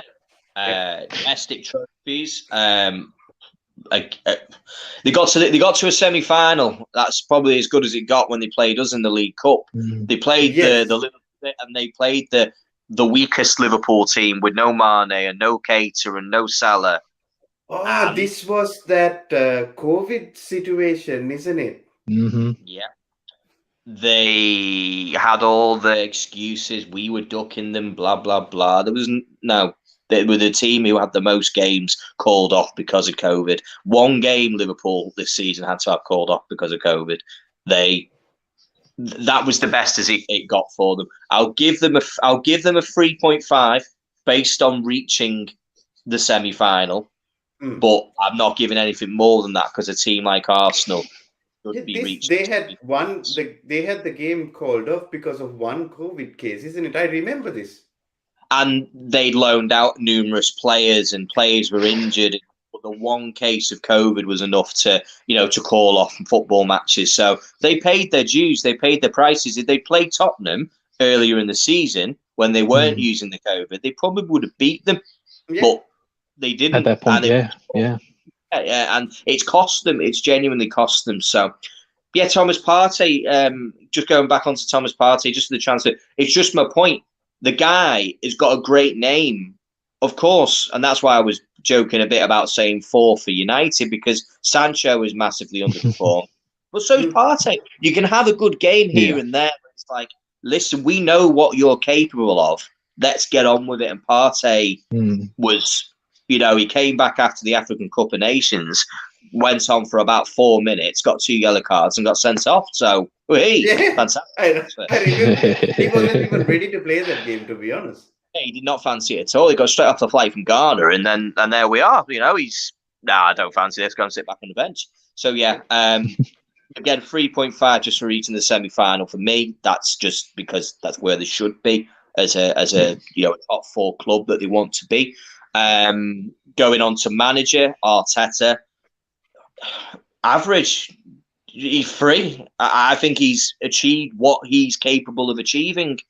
He's capable of achieving a Europa League place, but he showed his, what shall we say? He showed his basically where he is as a manager. That when the clinch moments were required, he failed to deliver on it. Not once, twice, or 3 times. It was 4 games that they failed to deliver into this. So, again, a 3, just average. It was an average season for them. I wouldn't be pleased, so much as an Arsenal fan because of who they are. Yeah, now I understand. So that brings their points total up to 11.5. So which brings Arsenal at position number 9, which means they are here. And no, we're not. I think so. And you Manchester United. You just put Liverpool there. Oh shit! Sorry. My bad. And that's going to ruffle some feathers. Arsenal at 9 and Manchester United at 10, which makes Southampton move out of the top half, and Norwich falling back down to the bottom 6. I'm gonna take Tottenham Hotspur. I believe they had a very, very good end to the season.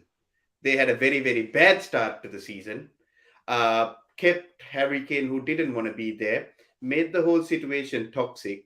Appointed, I would say, Nuno Espirito Santo is actually a good manager. It's just that the situation didn't suit him, and the whole situation of Harry Kane and everybody, throwing their toys at the pram. And plus, it's actually Daniel Levy's fault for trying to keep a player who wasn't willing to stay there and promising him that, I'm going to bring in a Conte, then linked with 14 managers after that and getting nobody, and then ending up with Nuno and ruining that man's life.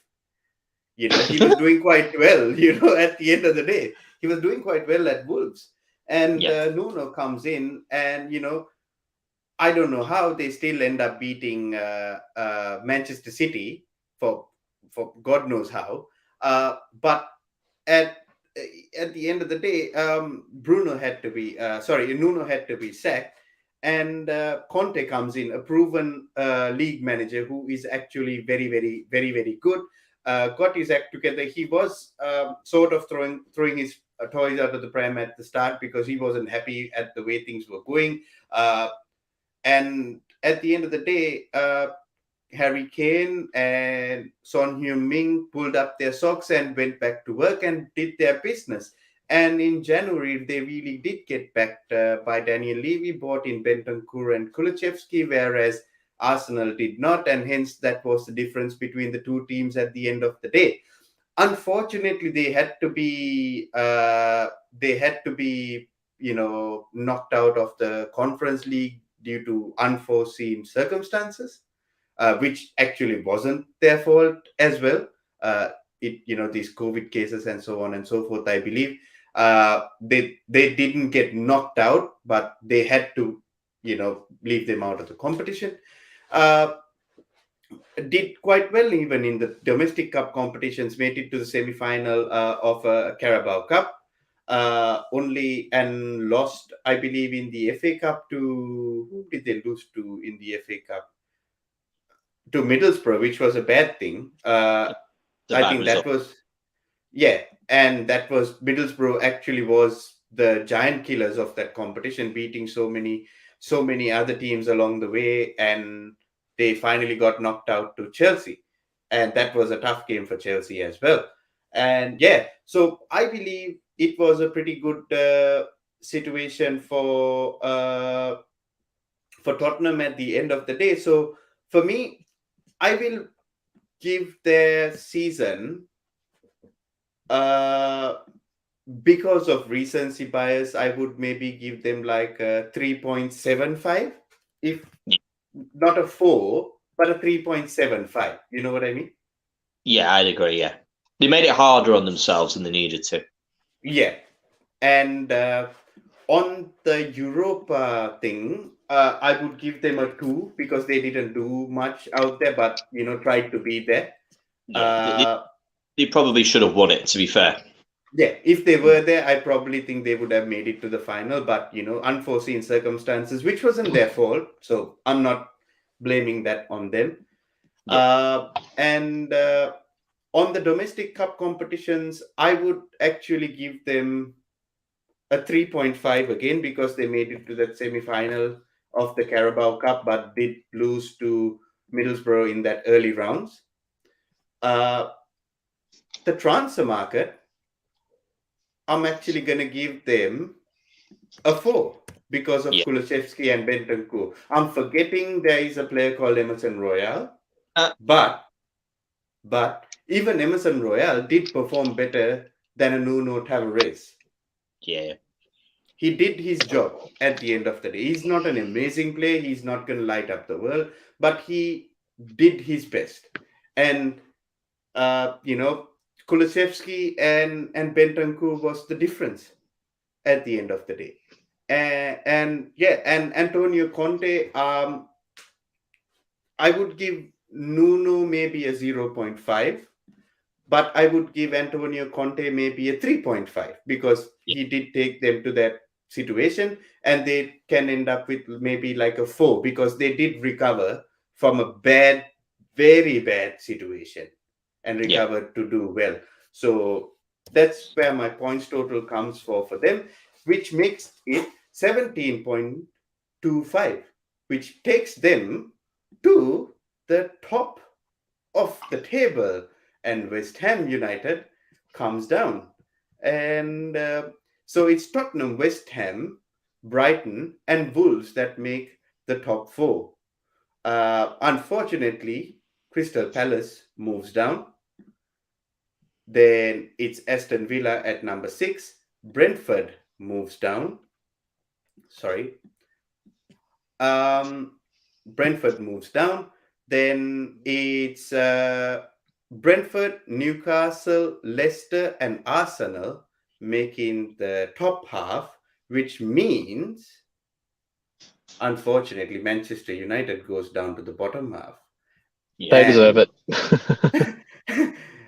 And Burnley goes down to the bottom 6.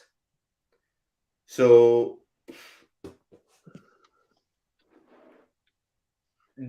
Josh? Yes. Chelsea? Okay. This one's an interesting one. This is actually a very difficult one to score. I mean, the third place finish was appropriate. Like they, at this current time and at the current time of the start of the season, they were easily the third best team because the top two were that far away from everyone else. So Chelsea are the next best team. Now, given the season they've had, all of the circumstances that they've been surrounding the club, you know, the sanctions, the takeover, and just the fact that there was no. But yeah, well, that's the thing. It's hard to score it because they finished exactly where they should be based on circumstance, but they're also that far ahead and had a gap closed on them. So there is an element of bottling it there in the end. So it's very hard to score. I'm gonna say Hello. chat ripping Arsenal off. It's banter. You just got that between yourselves, boys. Yeah, I think I'm going to say a generous 3.5 for the league finish for Chelsea. I mean, it's just above average given the fact that a lot of other teams could have capitulated with the amount of stress that was surrounding them. I the would probably give sanctions the and same amount, to be honest, bro. yeah, I just think given the circumstances, Tuchel and the team have performed admirably and could have easily have ended up, you know, Conference League positions if they didn't sort of unite and play through that time the way they did. And it was literally the gap that kept them in the end. So, yeah, 3.5 for the score. I think that was reasonable. Europe. Look, I'm gonna say 3 as well. Probably fair, to be honest. Yeah, I mean, they never looked like they were going to defend their trophy, defend their title too deep into the competition. I feel like a few of the games they outperformed the teams they were up against, but in the end, it was just. I think it was too much juggling the competition, juggling the Champions League and the Premier League. And everything else. But I'm always coming back to this stressful year that they've had because as united as you can be. Madrid, to be fair, Annie, just putting it out there, we did beat Madrid, but we did Yes, too much damage for ourselves in the first leg, which doesn't help us. that's the thing is that and I mean that's another argument. But Madrid were also doing this against every team they come up against in the finals, so that's the flip side as well. But yeah, I mean admirable performance, but I think it's just a plain 3 for Europe. Doesn't matter, 3 is fair. I agree. Yep. How about the domestic competitions? See, I don't know if you guys have any stipulations, but I'm going to say 4, only because they lost them in penalties. Fine. So, I mean, that's 2 0-0 games in 180 minutes plus each injury time, and obviously the extra time. So, no, they didn't do extra time, did they? They went straight to penalties. No. Played extra time, then went Which into penalties. Isn't one of the? Oh, Both I don't know. games. Maybe I'm thinking. Yeah. So sorry, that was my bad.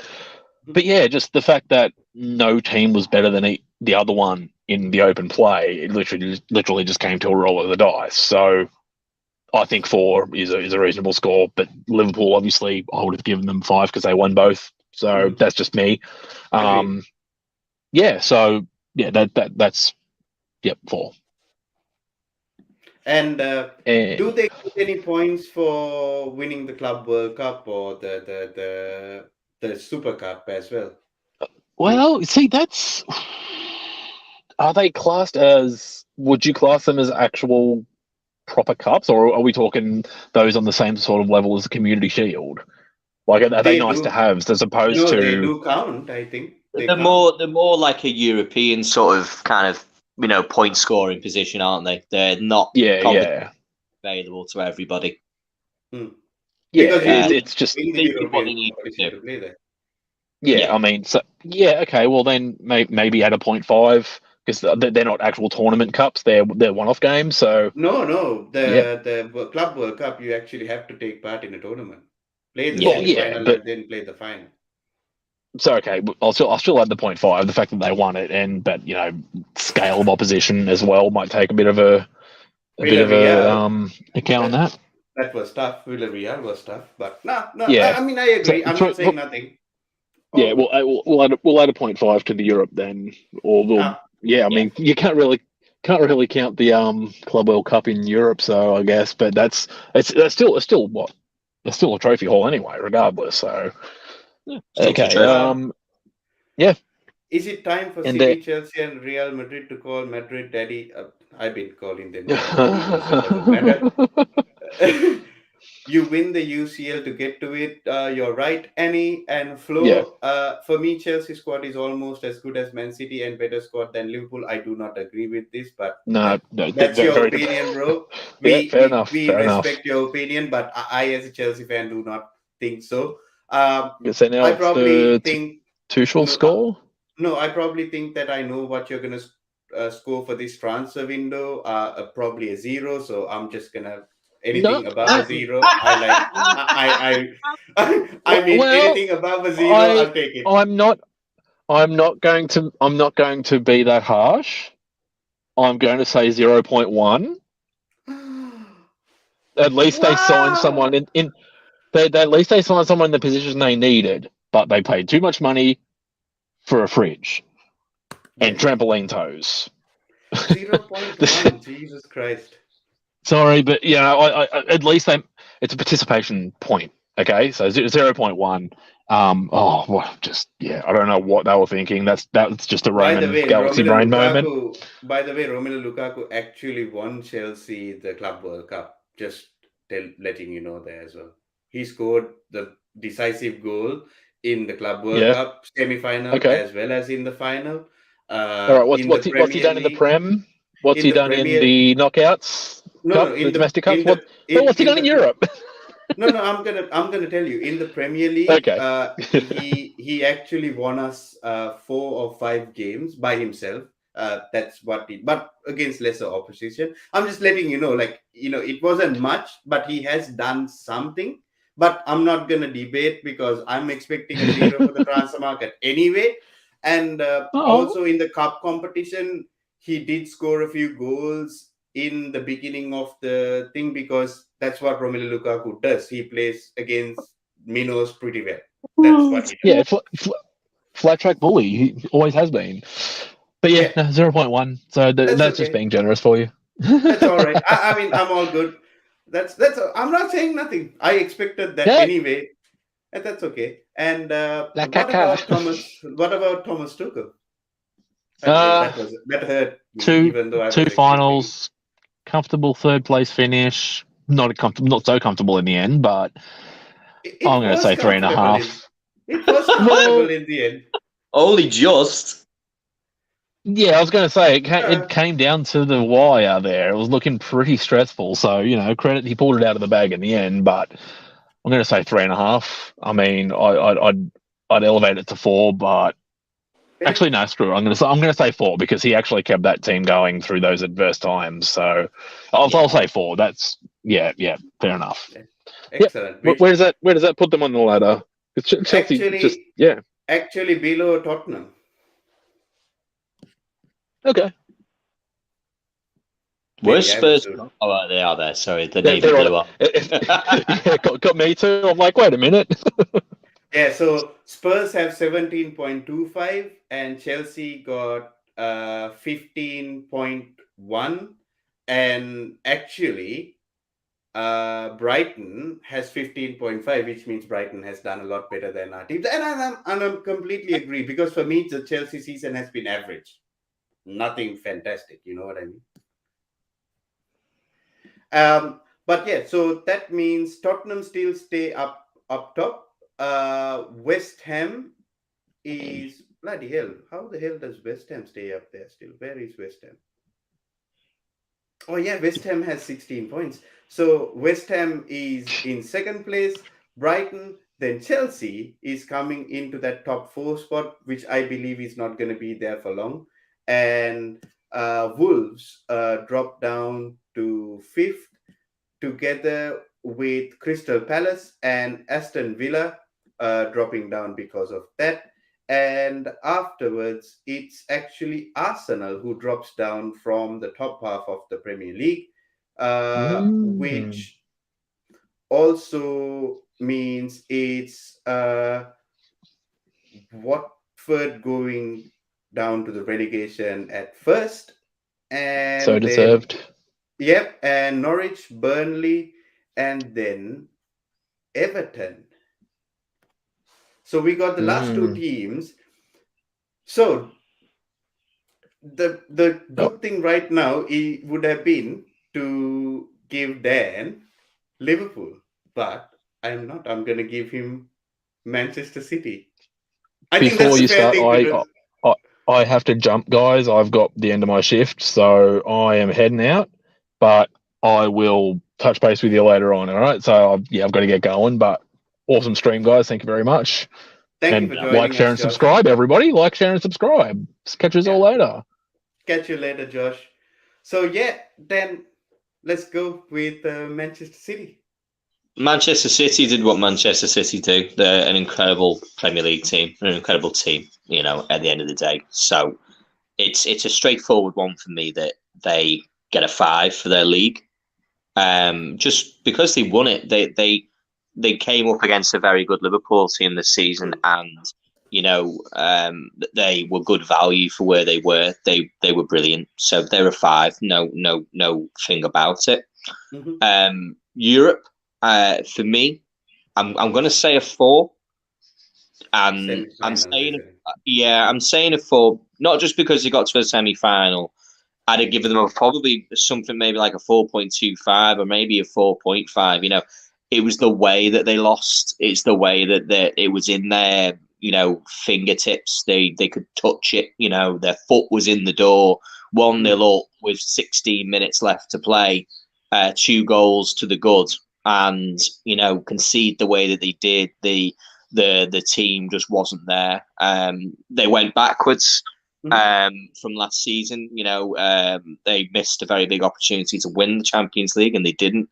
And this was a way of making redemption. So I'm going to give them a 4, and the reason I'm saying a 4 is just based on they were good value throughout up until that point. That they were very good.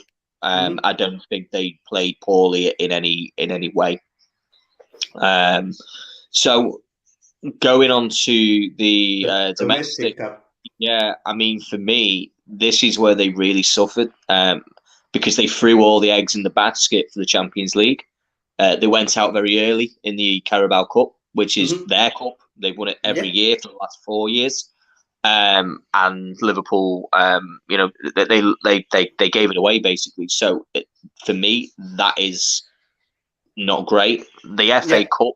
Way that they approached the FA Cup, making the changes which were totally unnecessary. It's great to rotate players, and that's what you need to do. But there was no excuse for rotating the goalkeeper ever.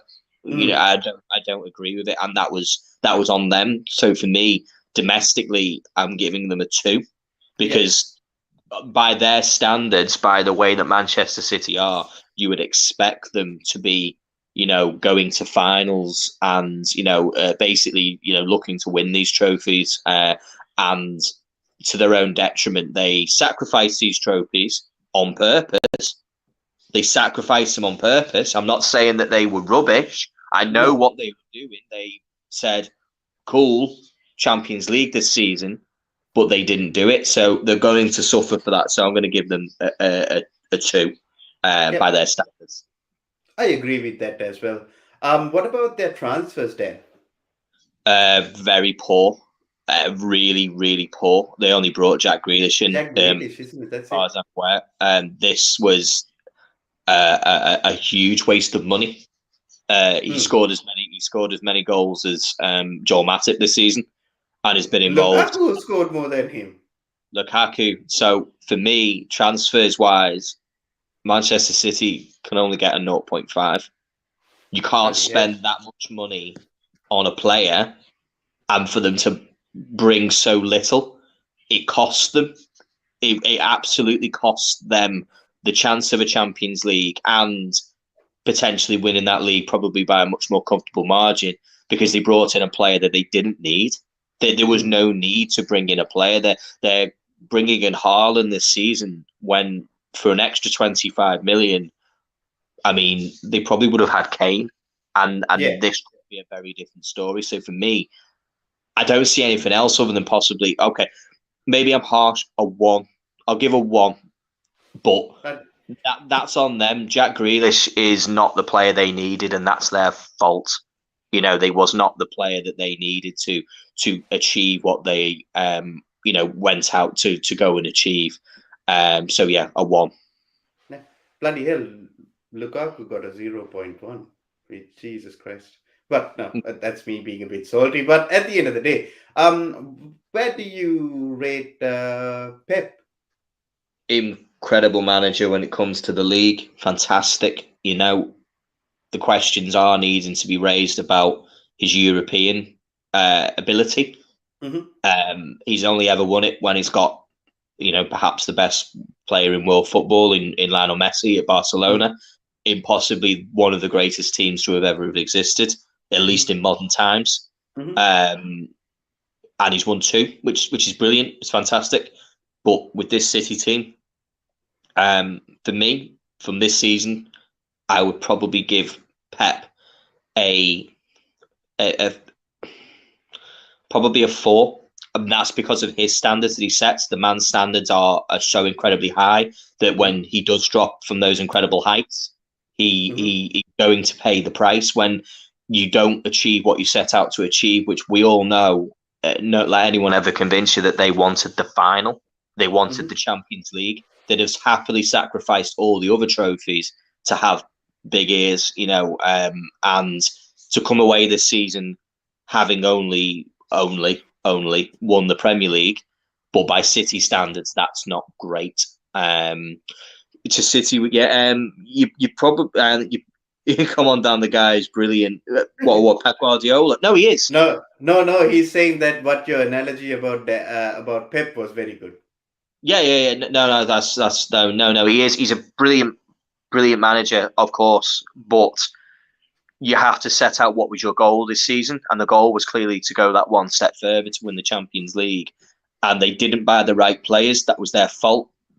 Was a yard away to get to the final. He was, of course, he was, but that's the difference. He made changes in that game which were unnecessary, which probably cost him the game. You don't take players like Kevin De Bruyne off until the game's won. That's my opinion. It's when the game is won when you take the players away, and I think he made a few sort of overthinking decisions that affected the game. So yeah, that's where I am. I'm still giving him a 4. I still think he's done very, very well, but by his standards, this season's not one that he will deem as a success, I think, if he's honest.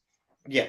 No, I completely agree with that as well. And on Twisted's comment here, Grealish won the Premier League. Yes, you are right. But we are ranking, yes, whether it was a good transfer in the sense that transfer that was made, did it actively contribute to the team winning the Premier League or the team doing well? So that, to put it a little bit of context towards it, like Grealish wasn't that great in the Premier League. That's why they did get 1 on the transfer thing. Whereas, a Tottenham would get a lot more points because their transfers actually made a very, very good impact.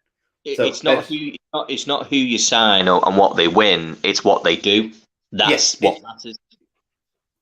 Yeah, it was great for Grealish for sure, but he didn't have to do nothing to win it, to be honest. But for Yeah, 100 million, there's a lot of players that they could have purchased who would have given them the same output as Jack Grealish this season. exactly. And it's the same energy that we keep for Romelu Lukaku as well. Lukaku didn't do anything good for Chelsea, didn't contribute for Chelsea, whereas to improve their position. But it is what it is. So I'm gonna take Liverpool uh, right now, and a lot of people at the start of the season did not put Liverpool as winning the Premier League.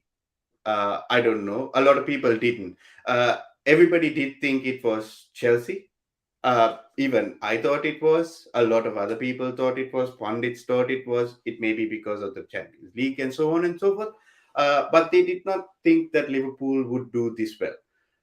But along the season, expectations changed. They started doing really well. Uh, Actually started competing in the cup competitions as well as the league, which was a change for Liverpool, which is something that they have not done in the past. Uh, they saw a problem in the team where the squad depth was an issue, but they addressed it in January, which is signing a player like Luis Diaz thanks to Tottenham Hotspur. The addition of Luis Diaz actually helped them to go up that other level. Luis Diaz has come in, has done really well for Liverpool, been influential in their game. He's still a rough player. Still, there is a proper gem in there. I believe we'll see the best version of Luis Diaz next season. Yeah. And like, if I had to pick who was the best transfer, it would have been Kulusevski because of what he did. But Luis Diaz would be a close second for that, for what he did for Liverpool. Mane coming in, and they did really well. For the Konate league, as well yeah, in the summer. Konate, another injury-prone player. A lot of people thought a lot of injuries and so on and so forth. That's what we were hearing, but he did manage to keep himself fit. Played really well. I don't think the only game that Konate lost was the Champions League final, I believe. Other than that, he has kept clean sheets and won games, scored in a couple as well. Been a really, really fantastic signing for Liverpool. So for me, I would give Liverpool a 4.5 in the league because Yeah, they came so I'd agree. close, and the difference was 1 point. So for me, I would give Liverpool 4.5 in the league. But as you see, I haven't put both teams up there. I'm just waiting for both totals, and then I'll do it at the end. Yeah, Uh, definitely. and yeah, Twisted, you might be right. Konate might be the defender of the season. He was immense. Um, then going on to the Champions League. I mean, it was disappointing for most Liverpool fans because everybody thought that they could do it. At the end of the day, yes, this is Real Madrid, but it's not the Real Madrid of old where they Yeah. had their superstars, Modric in their prime, Cruz in their prime, prime Sergio Ramos and all these players, Cristiano Ronaldo, Gareth Bale doing his thing on the side. But it was a disappointing end, Yeah. as Liverpool could have won that game, but they couldn't. Maybe I believe this as well. I believe maybe starting Diego Jota and bringing in a player like Luis Diaz at maybe like the 60th minute or the 51st, like the 50th minute or the 60th minute would have made a little bit of a difference because Luis Diaz is such an impactful player from that side. And, Danny Carvajal would have had a hard time with Sadio Mane on that side. And, then you move Mane to the middle where you have your two Alaba and Militao being tired and Mane doing his tricks, and you put in a Diaz on that side. Carvajal would have been like, oh shit, a fresh Diaz coming in. A little, but that's the difference because it's fine margins at the end of the day. It's fine margins at the end of the day. But they did fall short. Uh, it was disappointing. They did fall short. They did try. It wasn't for a lack of trying. Thibaut Courtois had a game of his life. It was incredible, to be honest, to see save after save after save, and unfortunately, I got to say this. Trent Alexander-Arnold did great in that game. He cut out many balls. I seen him, jump up, head up, like put his head onto some, passes where he cut it out, where Benzema was trying to get it and Cruz was trying to get it. Unfortunately, fell asleep for just 1 second and got punished. But that's the difference when you're playing the. And that was it. I mean, I went back and actually watched it. It was a shot from Valverde.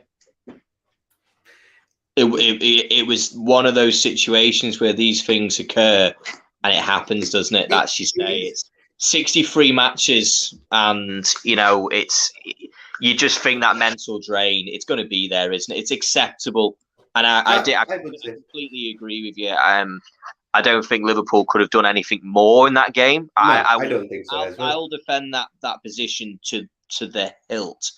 Is that Liverpool couldn't have done more? Thibaut Courtois was incredible. He was brilliant. He sets a record for the most saves in a Champions League final. He was excellent, utterly, utterly excellent. He was amazing. But Liverpool looked a bit flat.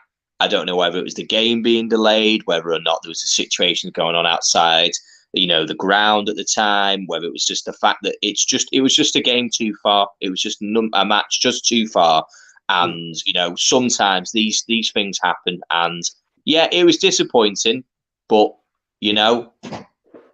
there we are, isn't it? It was a nice, fair game. That's what I like. There was no controversy, really, that affected the match. It was just a good, fair game. And ultimately, the best team on the day won. Yeah, and sometimes that second is the difference between winning and losing. And that's what happened, it is what it is. I believe maybe Trent will come back stronger because of this as well. He's a good lad. He'll have a good future ahead. But I would like to give Liverpool a 4 because they just lost the Champions League final. It is what it is. It didn't go to penalties or anything. If it did go to penalties or extra time, I would probably give it a 4.5. But it ended in full times, hence why I'm giving it a 4. It's not a bad score, but it could have been a 5 easily as well.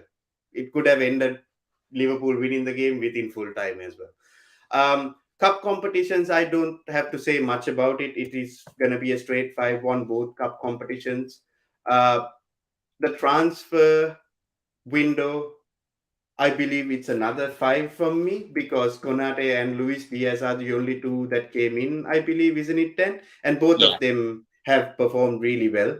They were both exceptional, weren't they, at the end of the day? They were both exceptional and has helped the team reach what they have achieved. And this is just my personal opinion. If you guys disagree in the chat, please let us know. If you think, 5 is too high or a 4 is good enough, just let me know. I know Dan is not going to disagree because it's his team and he's going to be if I felt you were being too fair, I would definitely say, ultimately it's you just got to base it on what the players have done, haven't you? That's all you can base it on. Yeah, and that's where I rate it. And as per Jurgen Klopp, he did win 2 domestic cup competitions. Took Liverpool right to the edge of winning the Premier League and also to the final of the Champions League. Only lost 4 games. But this is me personally. I would give him a 3.75. I don't know why, because I believe he could do better. Because the standard I keep Jurgen Klopp is so high. Because I rate him as high as Pep. I don't think there is any other manager in world football right now where where any other manager who comes even close to a Pep or a Klopp. For me, both of them are equals, or maybe Klopp is slightly better than Pep as well. I can't agree, mate. No, Jurgen Klopp has not had a worse season than Pep Guardiola by the no, standard. but it is, isn't it? At the end of the day, Pep Guardiola does end up the season with a Premier League, but whereas Jurgen Klopp ends the season with the FA Cup and a Carabao Cup. He doesn't have the Champions League trophy medal with him. He doesn't get the Premier League runner-up medal with him. Yeah, Or I'm not sure. I mean, Premier League manager of the season only lost 2 games in the oh Premier no, League. I don't I think disagree with any of that. 3.75 is really low, to be honest. I wouldn't have said he was a 5, definitely not, but I certainly wouldn't have put him lower than Pep. A Premier League throwing away the Champions League situation and Yeah, but do you agree the Premier League equal if the Premier League is higher than a FA Cup and a Carabao Cup combined? Perhaps a 4, maybe. That's it. I just as a manager who has took Liverpool and any club Yeah, maybe I was being a bit to too any unfair. I situations to believe where they even are. Twisted agrees with me. A 4 would be good. For me, it has to be a 4. I don't know. I can't put him above a 4. No, that's and that's fine as I say. But again, you've got to judge it on the performances of that team. From a whole season, that it wasn't just one game that was the differential. We didn't win that Champions League, of course, but we were 2 games away from going invincible, shall we Yes, say? but If we you're spin it correct, in a bro. way, we can spin things in a way where it's like, oh, we didn't win the league by a point, but then you can then go the other side. For me, I think a 4, that's fine. But when the standards of setting the record, for the most games to be played in, which was up there with Fergie, I'm only to win. The only trophy that we've missed out there that was really genuinely in our hands was the Champions League. Yeah, so Yeah. I'd say a 4 would be reasonable. Yeah. Maybe a 4. Maybe I was being a bit too facetious with it. I believe maybe, yeah, 4 would be fair enough because uh, the thing is, yes, he did fantastically well. I don't disagree with you. Such a good season, but it is such a good season, but the end of it was not as good as we want at the end of the day. Yeah, It we would have missed been brilliant. an opportunity. We definitely missed an opportunity, and the context being is that we didn't disgrace ourselves. It was just No, one no, of no, the days. I no. think if we'd gone into that match and we were awful, we had Mm. an absolutely horrendous game. Players had stinkers. The substitutes were wrong. Then I would have said, yeah, do you know what? Yeah, it's 3.75 for that I would definitely have agreed there. But Mm. just because that performance in that last game of the season in the Champions League was nobody had a bad game. It Mm. was just a knife edge match, like all of our finals have been. I think so. They've all been knife edge games that could have gone either way. No, it is. And I agree with you, and it's just that at the end of the day, he must be gutted. And I believe this Yeah. when he said that I'll be back next season. I'm booking my flights to Istanbul. I wholeheartedly believe that he really wants to do it, and he will be there next season as well, because that's the type of person Jurgen Klopp is. But that brings to an end of this. So let's see where everything stands. So Liverpool end up with 22.5 points, which means they are going to the top of the table. That's how it should be. That's with our ranking, which means Tottenham are coming down. Man City are joining them in the top 4 in second place, actually. So it's Liverpool, Man City, Tottenham. Oh, sorry. It's Liverpool, Tottenham, Man City. I'm sorry. And Liverpool, Tottenham, Man City, and West Ham. Then Brighton and Chelsea. Then Wolves, Crystal Palace, Aston Villa, and Brentford. So it's Wolves, Crystal Palace, Aston Villa, and Brentford. Newcastle, Leicester, Arsenal, United. Newcastle, Leicester, Arsenal, United. Southampton, Leeds, Everton. Southampton, Leeds, Everton. Burnley, Norwich, Watford. So Burnley, Norwich, and Watford to be relegated. It's very similar to the Premier League, but there has been a bit of shocks here where Liverpool coming up as the number one team in the Premier League, not in the Premier League as far as our rankings, which I agree.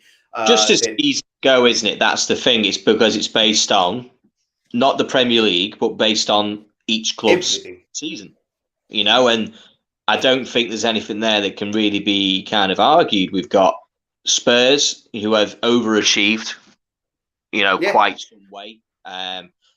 To a point that I say overachieved on the basis that they should be looking for top four. However, they were able to unseat a United, who unseat Arsenal, unseat, clubs there who are, probably in a bit of a stronger position. Man City, again, the downside for them was their domestic situation. Yeah. Because they sacrificed those domestic trophies this year, which is normally their bread and butter trophies, they were always going to lose some points. It was an inevitability. But if they'd won that Champions League, then it would be a very different situation. Yeah, and also at the end of the day, if they actually went on to win the Carabao Cup like they always do, this would have taken a completely different. It would have been a totally different turn, of course. They'd won the Champions League. There's 5. Pep would have got a 5. It's fine margins that make all the differences, isn't it? That's the difference. Yeah, and this is what happens when you actually add tangibles to a team with different views on everything, like the league, the Premier League, the league, the Champions League, transfers, managers, and everything. When you rank it out of that, and that's what you end up with, and I wholeheartedly believe, because West Ham deserves to be up there. Brighton has done really well. Chelsea being where it is, I kind of agree, because it has been like a very average season in our standard of what we have, and I completely agree with it. But yeah, I hope you guys liked the show today. I hope you guys, we have been here for 2.5 hours. I hope you guys have enjoyed the show today. And thanks, Dan, for joining us. And as always, this is going to be our newest tagline. It is what it is. But goodbye, God bless, good night, and good luck, people, and stay safe.